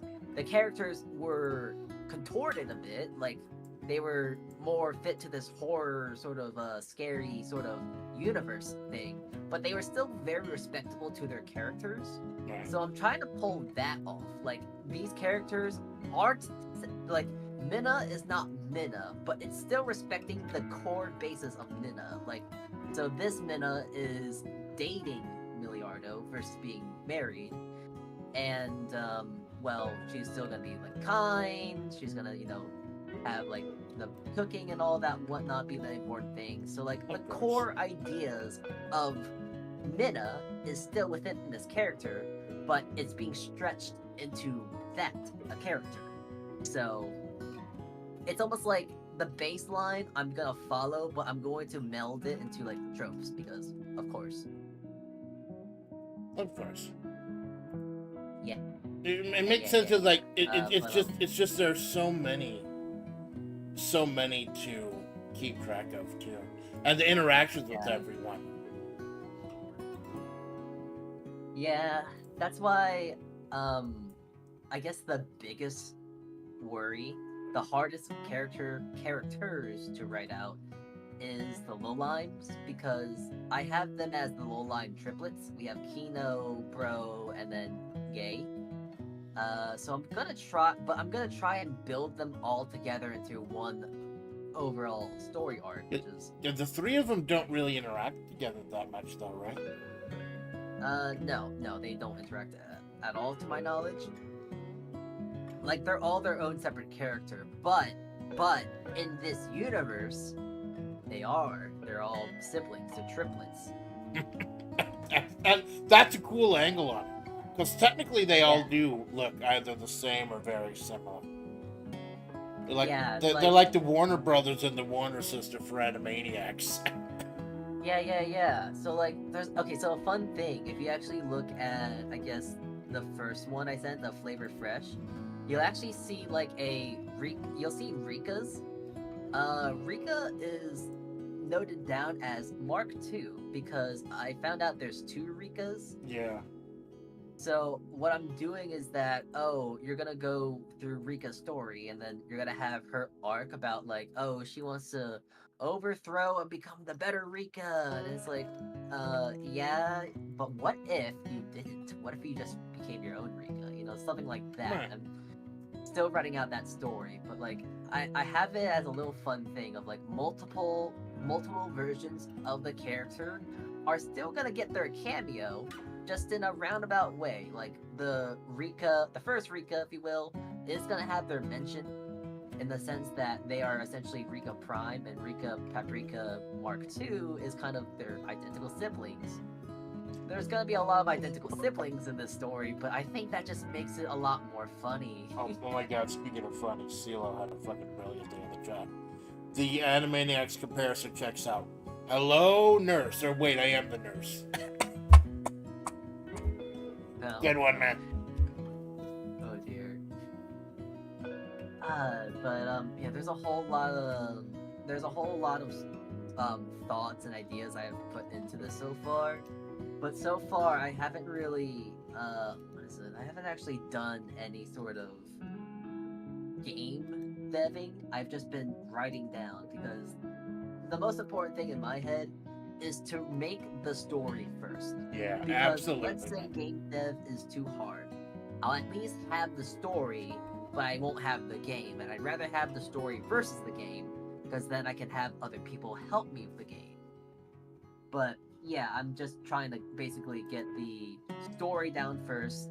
I need to have, it's like building a structure. I need to make sure I have a good base. Then I can build off that base and make something better. That's the idea with this whole fan fiction, if you will. And back when I was trying to write more complicated stuff, I always try to get I used to write fantasy booking, quote unquote, getting all the ideas down and everything. And I always try to get the ideas, what I want to do down, what I want to accomplish down. And then that is when you go down, once you have something semblance, that's when you get down into the minutia of, booking the actual cards, and who faces who every week, and what segments are blocked out for what parts. It's just getting the ideas out there, free forming it. And before you get to the minutia of trying to fit it into a rigid structure. Essentially, it's just building the outline first, and then building off that to make the story. Right. By the way, I've never made a story, or know anything about writing, or made a fan fiction, or made a game. So, a lot of this stuff is pure intuition, and also just feeling around, and, also asking for people to just go, hey, is this cringe, or is this good? Am I cooking here, or am I just cringe? That's the great fucking thing, though. And that's one of the things I love about FlaVR, is that a lot of people are, like myself, are just doing that with VTuber. They're not professionals, or they're just kind of fucking around, fumbling around in the dark, seeing what's working, and if something's not working, asking for help. That's one of the reasons. That's one of the things I love about the FlaVR culture. And I know it originally sounded like just kind of fucking around with the idea, for a stream or two. But I actually really did like this idea of doing the FlaVR visual novel. It's just open source. Everything's silly. Right. And that's why I was so happy that you actually, and like you said, if you ever want to kick around ideas, man, just let me know. I'm a fucking wagey, so I can be hard to reach sometimes. But if you ever want to chat about it, let me know, man. The technical aspect, I don't know shit about. But you can talk to Temp or Neo about stuff like that. They are so fucking knowledgeable about things like that. Yeah, I'm definitely gonna have to ask Temp and Neo, because they're my go-to tech guys. Yeah, Neo has been so fucking helpful. I need to go harass. I keep thinking about this. I need to go harass Neo. I've never talked to him yet, but he's he's so. Do it, man. Neo is the nicest fucking guy, man. Neo's the nicest fucking guy. Hold on, I gotta be cringe for the bit here, but oh my god, Neo, he's so poggers, man. He makes me feel so papega. He's so awesome and cool and friendly. He looks like a great guy that you would want to have, I don't know, have a read session with or something. I don't know. The dude did help me, get out of kind of a Manhera mindset back in the day. It was really, really happy. CeeLo brings up a good point. To be honest, there's no such thing as professional VTubing. It's only been about 7 years. We're figuring out as we get. Yeah, it's fucking weird about. You see, the whole fucking medium too. We don't know what kind of. I think when Kazuna AI retired, we all got kind of an idea of, okay, that's the lifespan of a VTuber, 5 years or so. But then people keep fucking going, and there's no sign of stopping for a lot of them. It's great. I think that's the thing. People get misconstrued though, because yes, VTubers are a entity of content creation. But that's the thing. It's an entity of content creation. VTubing is not its own thing. It's content. You're making content. Right.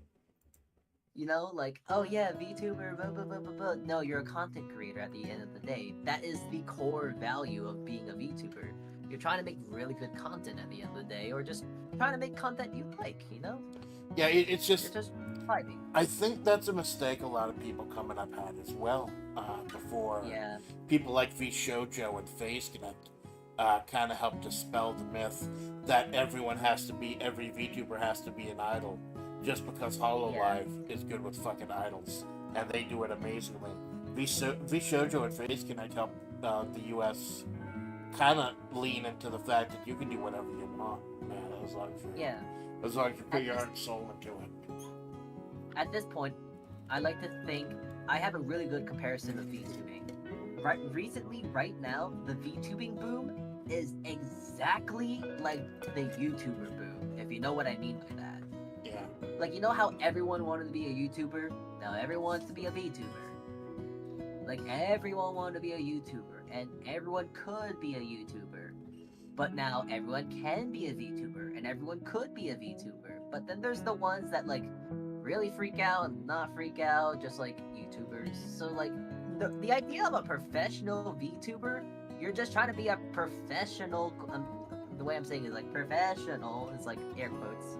But a professional VTuber is just like a professional content creator because you're making content. You're a professional content creator.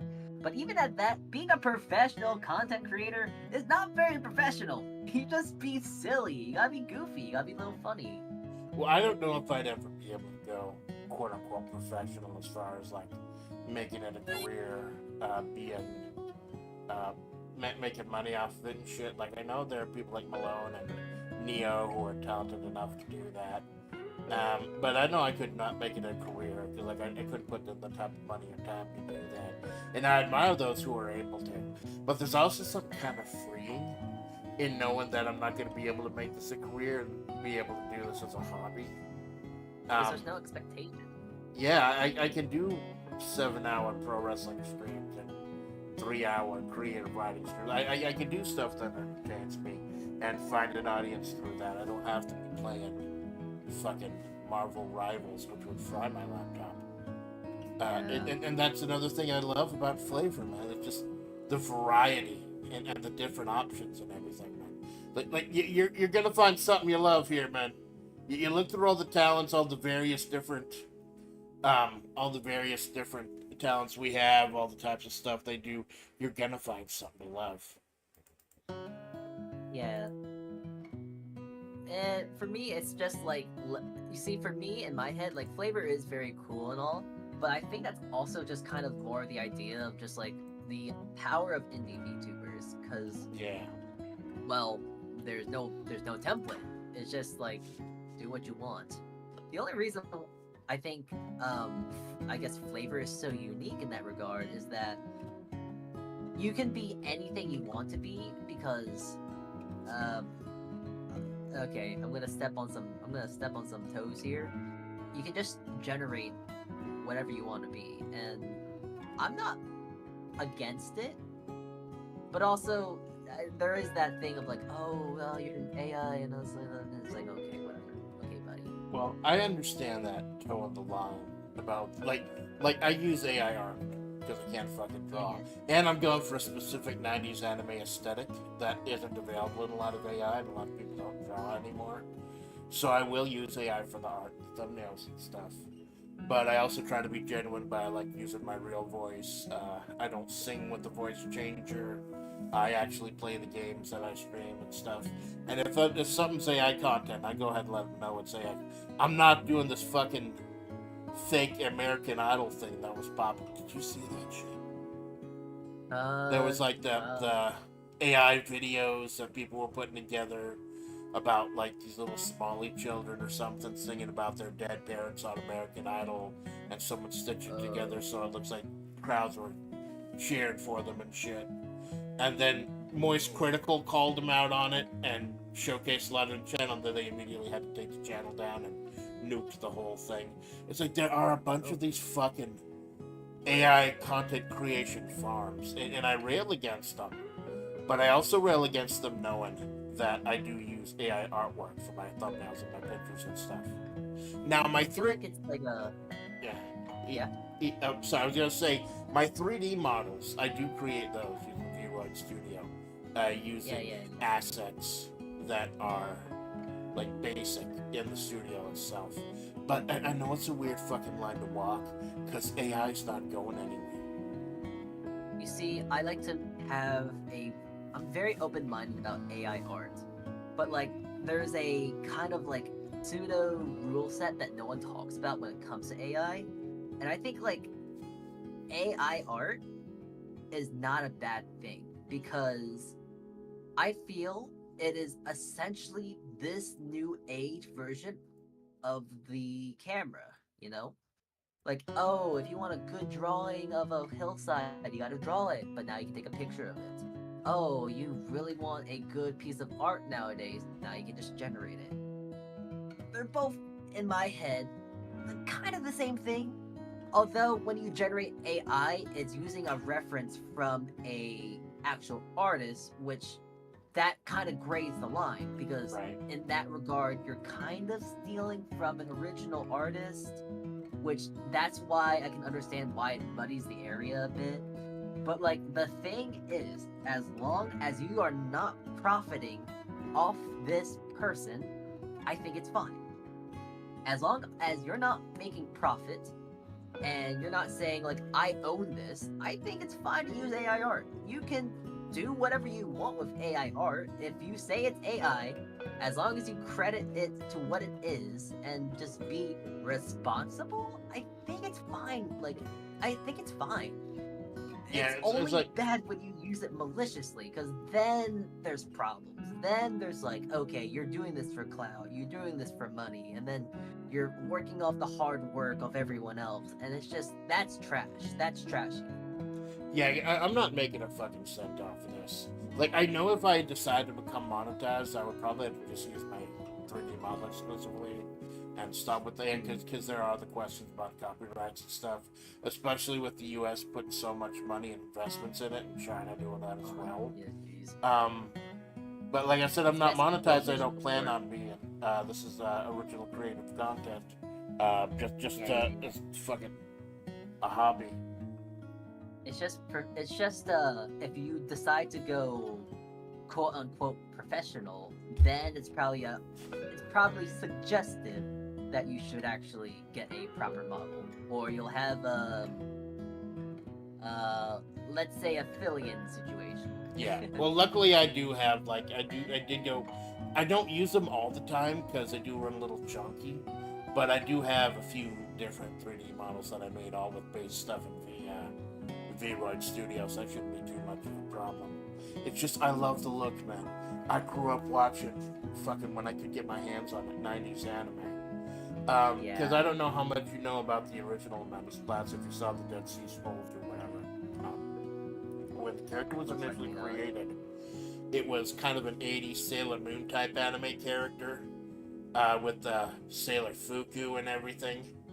I saw that character, I saw potential, and I'm like, nah. What if I grew up watching gritty, gory, violent, sexy 90s OVA anime, and I'm like, what if this 80s anime girl got a 90s anime reboot? And that's what you get with the Man of Splatts. It goes from some magical girl, armadillo girl with the Sailor Fuku and everything and a big smile, to a woman who got run over by an isekai truck in the middle of the desert at midnight and eventually dragged herself on her hands and arms with her body dripping behind her to the cave of a malicious eldritch spirit posing as a Navajo coyote god who took her in and healed her up just because of her bitter fascination. Hi, Sandwood, how you doing? I'm saying I've got a lot of lore. But it's just I wanted that look, like the main, like I'm a writer, the main thing is the story. So the art is just meant to help set the scene, get you in the right head place, kind of help Yeah, it's the visualize what's visuals. going. Yeah. It's That's supplemental. definitely. I'm gonna say there was It's a not lot. the That was a core of lot. it. Oh, my.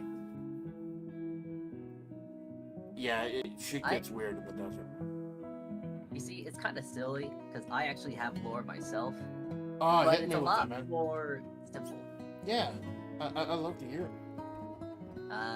Actually, I can't talk about my lore yet. Gotta wait till I get get something because I've been talking about it. I've teased it, la la la. But I'm getting a new model very soon, and I'm Oh, working on cool, man! I'm happy to hear it. Yeah. I'm getting a new model soon. I'm working on lore videos right now. Lore video right now. Yeah, I'm working on some stuff as we speak when it comes to that. But I'm working on a lore video. That's so fucking although, cool, man. Yeah. It's like I've been trying to talk to like Malone has very a little bit of lore with the character. I've been trying to help him out with that here and there. I know there are not a lot of people who actually get into lore. Like I know Jawoon and Donna Darkstar are deep into lore. They work a lot on that stuff. So picking their brains is very interesting. And helping people who may not be as interested in lore, like Nicola and all of them, helping them come out with anything. So you want me to look through anything? I promise I'll keep it 100% confidential. If you want me to like proofread or look over anything, I'll get back to you as soon as I can. I would be happy to help out in any way I could, brother. Yeah. I'll throw it out to you. But it's kind of funny because like when I've tried to make my lore video, oh Jesus Christ, I've gone through like 5 variations of my story. It's so stupid. Like the first like 3 were so cringe and so like edgy, and it's like, oh, it made me want to puke of how edgy it was. Well, that's normal. That's normal, man. Rewriting the script again. Like I know I write stuff live on my streams and actually write it right there, going through my mind process.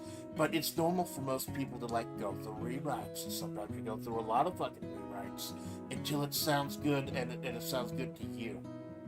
So it can be. I don't deny that it's probably fucking cringe, but it's part of the process, man. But the lore I'm going with right now, because I'm looking through it right now. I think I got all the animated parts and bits of it done for now. Ooh, animated parts, man. You are going all in on this, man. I fucking love it. Let me know. Let me know when you decide to drop it, man. I'll do my best. Like, I'm trying to pick up more hours at work, so I'm gonna. Spoiler alert for my Friday stream. I'm gonna be talking about changing my schedule a little bit, among other things. But I'll try to make it. I'll try my fucking hardest to make it, man. It sounds like you put a lot of love into this, man, and I'm happy to hear it. Yeah, I've been putting so much into this that actually I can't wait for I've been waiting for half a year to get all this stuff done. You're bursting at the seams to share the story with someone. Yeah, you're happy. But it's not just the story, but also the new content I've been making, the stuff I just want to show. It's like, and I'm so self-aware because a lot of this stuff I don't think anyone's really gonna see, honestly. Which is, I don't care. I just want to throw it out there at this point because I think it's so cool. It's fun. Doesn't matter if anyone wants to see it, man. It's you. It's who you are, and it's gonna resonate with someone. It's gonna resonate with someone. I'm gonna show you these. I've made. Do you want me to keep these private or put them on the screen? You can put the bread one down. Everything else is like a little bit. The third one? Not too much. Yeah, the bread one, the bread jumping one. I mean, honestly, you could show all 3, but like, and the other 2, you gotta check my stream out for those. Yeah, I'll show the one. Let me go ahead and save it so I can. But yeah, post it as a GIF. I love so much because you know what that used to be? It used to just be this, which was a really crunchy version of just that. But now I've kind of it's been I've been VTubing for like 3 years, I think. Wow. I don't know. I've been VTubing for too long. I've now gone beyond the point of I'm now a part of the 5%, because there's apparently some percentage of people at this point that would quit, graduate, and give up. I'm stubborn and I don't know when to give up. So it's like, you know what? I've had this asset since my first outfit, and I've gone through I think 5. So it's like I've learned how to animate. I know what to do. Okay, let's get a fresh coat of paint here. And like this animation, I'm so proud of because That is it's fucking clean. cute, It's so man. clean. And you know what it is? It's bread with the bread holding bread. Exactly. Yeah, bread with that dough, bro. It's so fucking cute, man. Yeah, it's simple. It's simple. It's cute, and it's like, oh, it's so great. And also, I don't know. It's really. So you're a stickler for like writing. I'm a stickler for animation.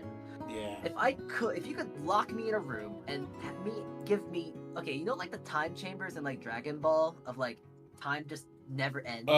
Yeah. Where it's, like, really extended? The way they shit out a training arc in like a day. Yes. If you were to lock me in there, I would just animate. I would just do a whole bunch of animation because I love animation. It's so much fun. And also just looking into the intricacies and like stretch frames, silly things, moving things, making things, giving art movement. I love art. Art has been like a huge part of my life for such a long time, and then recently finding out that, oh wait, animation is kind of hard, but like it's kind of fun. Yeah. So it's like there's a lot of fun things with it, and it's so like, oh, I can give art life. Giving art life is giving it movement, and it's like, oh, I love it. It's so great. That's so fucking cool, man. It's like, after doing this for 3 years, you sound so passionate. Like you got so much, and you seem so happy for what's ahead, man. I hope I'm that enthusiastic about what I'm doing. If I don't fucking die before then, and then I'm able to keep doing this after like a couple of years. I hope I don't lose that kind of joy that you have in your fucking voice, man. I wish I could give you some advice, but the best advice I can say is just don't expect anything. That's like the best advice I can give to any VTuber. Don't expect anything. Just have fun. Yeah, that's what that's what I the tell. most important thing. That's what I tell people. Like, it's not gonna be anything like world shattering. Like, it'll be like the next Gargora killer or anything. Y'all aren't coming in at the beginning of a creative journey. You're coming in on the tail end. A lot of the stuff I do with my stories is kind of amalgamations of old stories, kind of packaged in a new way. But it's for people who've never seen it before and don't know the old stuff. So I'm just I think maybe with that mentality, I look at VTubing in a lot differently. Like people look at it as a business, a way to move forward, a way to change things. I'm thinking about what I'm leaving behind and what kind of story I'm leaving behind for people to check out and people to read once I'm long gone. I don't know, maybe that's a fucking hag's way to look at it. I definitely have a different mentality. I'm kind of a laissez-faire kind of person. I just go with the flow. I don't really think too much. I don't think too cynically like that. No offense. I just kind of do my own thing. I want to make things, so I make things. That's why it's like, oh, I know. That's why I constantly like to say like, oh, my art sucks, but it's like I don't care. I draw to get the idea down, you know. Yeah. It's like that's what I do with the writing. Most of my writing streams has been like 6 and 7 in the morning. Because and I do a lot of streams at 6 or 7 in the morning, not because I'm trying to get views or anything, but because that's when I'm most creative. Like people are waking up, there's no one fucking around. I get up on the computer, I open up WordPad, and I just fucking start nailing out ideas. And it really did my heart good to know that I can do that, and people will get into that. Like, like some of my most watched streams are all the 7 a.m. streams I've been doing. Apparently, like the fucking Europeans love me. European love, fuck yeah. Because like there's not a lot of people in flavor, if anyone, streaming at 7 in the morning. So if I'm the Yeah. only choice, that kind of captures the market there too. But it's more about what I think that's what helped with the Menhera. I'm sorry if I'm fucking derailing this, but Nah, nah. like my two biggest streams ever were the two Fire Pro streams, wrestling stuff that, and it really helped that people will love and watch what I did years ago with no one watching, just to entertain myself and to stop myself from breaking down. Bringing that to the world, showing the world what I love, doing it at a time that works for me, and there's still an audience for it. Like I'd do it if there wasn't an audience for it, but the fact that there is an audience for it really fucking helps with the Menhera. Yeah. You see, I don't really know how to deal with Menhera because, like, so my Menhera is very specific. Like, I know a lot of probable VTubers have a Menhera of numbers. Yeah. You see, in my head, I've already gotten the numbers. I've in my head, I've made it as a VTuber. Like, oh wow, I'm monetized on Twitch. I'm not monetized on YouTube, but who cares about money? On Twitch, I have like 500 subs followers. On YouTube, I have 1,000 subscribers, and then like I have a video, my shorts casually get 1,000, maybe 500 views, and it's like this is great. I love this, but it's like I don't care about the numbers. I just want to have fun. Yeah, it's like And it's nice to know that other people like the silly stuff I do. it reminds, like every time I get too many hair about the numbers, I remember, hey, you're a fucking wagey with a 50-hour-a-week job. You've got financial stability, at least right now, until AI takes your fucking job. Exactly. If you want to actually make a business out of this, you're gonna have to put a lot more time and a lot more money in, and that's just something you can't do right now with your health and everything. So it's gotta you gotta remember that your time is finite, and then you look at this this whole VTubing thing we're doing in a completely different perspective. Yeah, that's kind of one of the very hidden few and not very common W's a waged VTuber has: stability. You know, Yeah. you this is essentially a hobby you're putting a lot of money towards too. But like, just like any hobby, you put money towards a hobby you like. Like, you know, so another hobby I love, if you don't know, I love baking. I love. I could not have fucking told that. Holy shit. Like, I'm so. We're getting all the fucking revelations here from the man with bread in his fucking hair. You're blowing my goddamn mind tonight, Salty. But like, listen, I would go as far as say I'm Menhera. Like, I'm so mentally ill with making bread, willing to carry a 50-pound bag of flour down like 7 streets, 0.8 miles down, just so I can save a quick $1. Jesus Christ. You 5 foot! soft bread boy is fucking strong, man. Oh, I'm not sure how strong I am, but like, yeah, I've been told I'm strong, but like, I would snap my fucking know. spine trying to do that, man. Like, I almost passed out from the heat today here in Mojave. I had to run errands before our stream today. I almost fucking passed out hauling around a 24-ounce or 24-can container of sugar-free Dr. Wait, Pepper. 24 ounces? No, 24 cans. Like 16-ounce cans. cans. How many ounces per can? I believe 16 ounces. 16, so like, that's almost like, what? 16, 24. Wait, how many? 16 ounces of how many cans? A 24. A 24 pack of Dr. Pepper syrup. 28, that's about 3 gallons. 3 gallons to 2 pounds. Okay, so that's 8. Okay, so 1 cup, pint, quart. You did not expect there to be gallon, math on the gallon. Amanda Spike project, but we found your expectations. 128, 128, gallons, 316. Oh, wait, that's only like 24 pounds! Yeah, but I was carrying it in the middle of the fucking midday sun, and it's like 85 degrees here right now. I'm gonna sound like the hag here.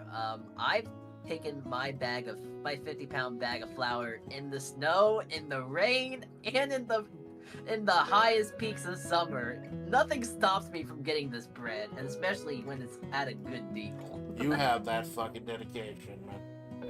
And I've Yeah, seen your like- dedication. I saw that one link you had on like your multiple Twitter link page of all the bread you've been making, man. That's yeah, and fucking so nice, right? Because yeah, like I know there's a lot of people that love bread baking, and like I love bread baking, but I think I'm probably the most crazy, the most schizo, Manhera, most insane, most stupid bread baking VTuber around, because most smart people would probably go at a bakery. No, I am the bakery. I pump out breads like it's nobody's business. Like, I think I'm easily making like 7 loaves of bread every week. Sometimes a bread a week. It's a bread day essentially. well, you know But- what you like, man. You know what you like. You know how you like it. Oh, okay. So I was derailing. I'm derailing because I love. Oh my god. And I'm letting you derail because I'm trying to pull up Salty's bread book so I can show people some of the fucking amazing shit you're doing. Yeah. So like I've put down so much money for bread baking. I've put down money on a stand mixer, 5 kinds of baking vessels, my electric bill, obviously. Oh god, the electric bill. Yeah, well, as soon as I started working from home, I can bread see it bot. skyrocket. Yeah, Look at bread that bot, shit, people. bread- Look at that fucking nice ass sourdough bread, man. This is all on Salty's link page. You can get to it through man, You're his. chilling me out. Oh, you're too nice. You can get to it from his Twitter. It's got a whole link page and everything. But look at that shit, man. Actually, it's in every single video. It's actually in every single stream I have. Yeah. If you actually look at the description of every single stream I've ever done, it's there. Well, I'm saying people who are on my channel probably find it easier because I tagged you in the stream notification. That'd be probably faster for them to find it that way. Fair. I'll tell you what. It's a shame. I'll tell you what hooked me. Oh, sorry. Go ahead, man. I was gonna say it's a shame that actually not many people really know about my. About my. What is it? My recipe booklet.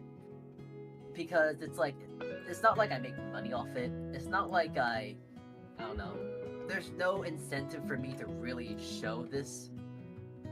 But you see, my incentive is that bread is so easy to make, and also a lot of these recipes, especially the sourdough, requires minimal effort, minimal skill, and is stupid easy to make. Like all the breads on this recipe book, there's actually is some food on that thing, but the recipes for bread, for instance, the easiest bread recipe on that thing is sourdough, because I don't know why. I do not understand how. But whenever I make my sourdough recipe and I want to cheat and I want to use my stand mixer, it doesn't turn out right. But the thing is, doing it the quote-unquote lazy way is the best way, because you just mix it all together, you let it sit for 15 minutes, you go back to it, you fold it, and then you do that 3 more times, and then you just put it in the refrigerator for like overnight, and then you go back to it the next day, let it get to room temp, and it's so stupid on how easy. Like, the only issue, quote unquote, with it is that it just takes time. But it's like it takes 5 minutes out of your day. Like, hey, listen, that's like you can take 5 minutes to look away from TikTok, go make some bread, and also some good quality bread at that. So yeah. Well, at the time, what I'm letting it go because I'm just getting the link so you can share it with everyone. Wasn't there a time, like during the pandemic, where everyone was making fucking sourdough bread for a while? You're just ahead of Yes, the curve, my man. yes, the sourdough upbringing. That's actually where I started to really get into sourdough making. But fortunately to me, unlike most others, it never left me. I had the bug, and like it got so infectious for me that I started to actually make other things than just sourdough. I've stubbornly stuck towards making my own recipes and studying recipes and Yeah, I'm showing right now on my stream the potato bread. I fucking love potato bread. potato bread is so. Out of all the breads, I think potato bread has to be the most fascinating for me to make. Because if you look at the recipe, there's no water in that recipe. Oh my There's no god, you're liquid right. in that recipe.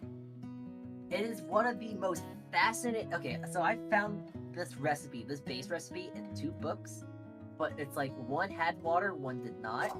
But I found an easy medium of just overcooking the hell out of potatoes, which is like, why worry about making the perfect cook on a potato when you can just mess up intentionally and overcook the hell out of it and use that as your liquid? It's like you don't have to have skill. You don't have to cook a potato perfectly. You have to overcook. You have to have no skill in that sense. So it's like it's dummy easy. It's approachable. It's easy, and it's if you haven't been able to tell, I like to make my breads. I like to make the recipes as user friendly as possible. I still have to do a conversion from all the grams to ounces and Yeah, ounces that to might actual throw cups. some burgers like us doing it in grams. But you know what I gotta say? You can spend. So you're gonna tell me that you're willing to spend $5 on cups, but you're not gonna spend $20 on a gram scale? Well, not even a gram scale, a baking scale, and a baking scale has a lot more value. Oh no, that's just me. Cause like, hey, listen, cups are good and useful and whatnot, but weight is so much better. It's accurate. It's a lot more accurate because if you don't know, cups are an estimation. Cups, 1 cup of flour is always gonna change or have some varying sense of weight. But with weight, when you actually measure it out by weight, it's always consistent. 5 grams of flour is always gonna be 5 grams of flour. It's like, um, I don't know how to explain it. Oh, here's a great one. Brown sugar. You see in some recipes where you have to pack it down, and then you see some recipes where you don't have to pack it down. Right. That's because you're trying to get the most consistent measure versus if you don't pack it down. Because if you pack it down, you're doing the best of your ability to make sure that is pretty consistent to every single thing you can get. Just because brown sugar has molasses in it, and that makes it a lot more. Right, it's a totally different beast. Yes, it's just weight is more accurate. It's more accurate and it's more easy because now you don't also have to clean out bowls and cups. You just get 2 bowls. One's of your dries, one of your wets, and then once you're done, you just mix them together, and it's like, oh, it's so much easier. Just, anyways, I died. Oh, and also just saying, if you get a gram scale, you don't have to worry about ounces because most digital scales, have ounces and grams. So it's really, really simple. It's so simple. But you're giving me a lot to think about, man. You're giving me a lot of fucking ideas to try. Oh, and also just saying, that the bread that you get in the stores, I don't trust them. Like there are some times where it's like, okay, you're gonna bend forward because like it's just what you gotta do. Like to make a really authentic quote unquote home style, simple like nostalgia bomb of like a meatloaf, you're gonna probably want to make or stuffing even like to make the most nostalgia bomb stuffing, you want to use like Wonder Bread. Even though I think Wonder Bread is trash because they put softeners, conditioners, chemical agents. Yeah, I forget who it was. It was this UK commentator I watched who said his mind was blown by how much sugar is on our bread. It's like cake over there. yeah, no, like our bread is cake, and like I don't like I like cake, but I don't like cake that much to have it every single day. Like I don't know why our Wonder Bread needs to be so damn sweet. Like I just want to have bread. I don't want to have candy. I don't want to have cake every day. That's I want to have just bread. Yeah. Bread. And you saw people weren't doing right, you fucking did it yourself. Just like Yeah. VTube and And I'll, just like Flavor, you had to go out there, do it your own way, and you are certainly fucking doing it, my man. thank you. So, ran a little bit over, man. Gonna wrap it up a little bit. I do thank for hanging out with me tonight, man. I do thank for yapping with me. We had an idea of something to do. If anyone watched my collab with Mina Vanilla, the Buddy board games, or the Yahtzee one I did with Grub, the Buddy board games, you said you're the one who taught Mina how to use that website. Yeah. Well, I was gonna if we ended up not having, and I knew we were gonna have enough time to fucking yap because that's what I love doing. That's why I love doing these like one-on-ones with all my senpais and everything, and all the flavor connects and everything. Because a collab is great. A big collab, like I had one of my favorite streams, like a big 8-person collab a couple weeks ago. But it's always just so cool to get to know these people one-on-one, man. And I'm happy you came out here to the desert with the apple, man. Yeah. Two things I want to ask though. Go for it. All right. So first things first. Do you want to just really quickly throw in a quick game of Connect 4? I am so sorry, man. I am so sorry. I would, but I have work in the morning. Nah, okay, I understand. But we'll just leave that on the table for next time, man. I would be happy to do a gaming stream with you, absolutely, sometime, man. I fucking love that Buddy Board Games website. You don't have to download anything. You don't have to buy anything. It's fucking great. So yeah, we'll just leave that on the table for next time, man. Chat, he doesn't know. I usually don't. He doesn't know about my Connect 4 prowess. Am I gonna have to get fucking Sandruby out there for that collab? Because she's the one who doesn't fuck around. Who? Sandruby, the malicious coyote spirit. It's Coyote God / Eldritch Abomination. If you look at my thumbnail, she's the one with the white porcelain mask. Probably, yeah. I would think you probably need that.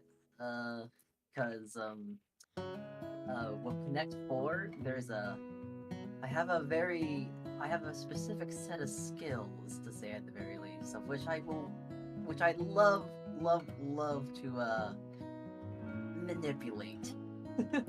Well, I'll tell you, I'm a fucking tryhard, so. Oh, sounds like you're gonna have to. You would have to really try hard with me. Ask like anyone. Ask like Minna. She knows the forefront of like, oh yeah, Connect 4. Well, I'm good with Connect 4. That sounds like a fucking hook, man. You got the do da da da to be continued coming in the fucking corner. We'll definitely have to do this sometime, man. What's the other thing you want to talk about? I'm not gonna lie, I kind of forgot. Well, yeah, I'm sure it'll come to you, man. Just you let me know, man. I'll go ahead and plug in something. Like I said, this Friday it was gonna be like the Valentine's stream. I was just gonna do some random shit. But now that I bought like 13 fucking games today, instead of not having a plan, it's officially gonna be a road test stream. I do these from time to time where I test games live. I like to test them live and on stream with a live environment, so I know if they're streamable or not, if they're like under real conditions. And then Saturday morning or Sunday morning, we will continue South Park Stick of Truth. Ooh, very fun. Oh, I love that. Like, I got through all of day one last week. So, man, I do thank you for coming out to the desert. It's a lot of fun, and this is one of the big things I love about FlaVR. is that there's so many different people, and even the flavor adjacents. I know. Sorry. I gotta stop you real quick. I just remembered what I was gonna ask you. The other thing. Oh, sorry. Did it, man? My memory is so janky. It's so jank. Oh yeah. So it's kind of funny thing about Flavor and me. Technically, I've told this to Temp, and I think he's technically one of the oldest Flavors. Technically. Well, technically, he's one of the OGs because he was made of Vanilla 1. Yeah, Temp. Mina. Yeah. So it's kind of a funny revelation because I think it was like during a anniversary stream or whatnot. I kind of threw a joke, and it's also like it actually is kind of true. But technically, for every Flavor member I've talked to, they are technically my kohai. I'm older than them. I surpass them in my age. I'm older than the grain of sand of Flavor itself. I'm much older than Flavor. Well, I won't tell you how old I am. I won't dox you by saying how you are. Just type your age. If you feel safe, I won't tell anyone. Type your age, and I'll tell you if I'm older than you or not. Well, I have no doubts in my mind that you are older than me. You are a fucking fetus compared to me. Yeah, I mean, in the sense of that, well, if we're talking about that, of course, I'm gonna be the younger one. However, when it comes to the VTuber sphere, you wish. I'm the older one in the VTubing and the streaming sphere. I've only been around for like 7 months. I don't fucking doubt that. Yeah, as I've mentioned, I've been here for like 3 years. Help me. And well, if you really do need help, man, don't hesitate to ask me or anyone here. We're fucking happy to do it. That's another thing I love about Flavor is that I have like a tech issue or mid-hair breakdown or some shit. You got people who are happy to help, man, and I'm happy to. Even though you're not a full-blown Flavor adjacent, we fucking love our Flavor adjacents, man. Like Zosma, Starkus, and CPT Tanker Joe, and all of our homies, man. And I'm happy to have you as my homie. My bread homie. Ooh, we rise up, gang. Gang, we rise Oh, up. I get it. We rise because oh yeah. Oh, I get it. Yeah. So, man, you want to go ahead and hit him with the outro?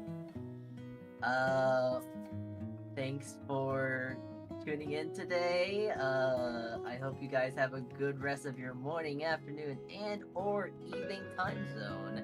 And Otsukichi, everyone, and ciao. Bye-bye. Nicola, thank you for stopping by. Sila Jose, thank you for stopping by. I am your faithful Amanda Splatts, and this is the Amanda Splatts Project. Good night.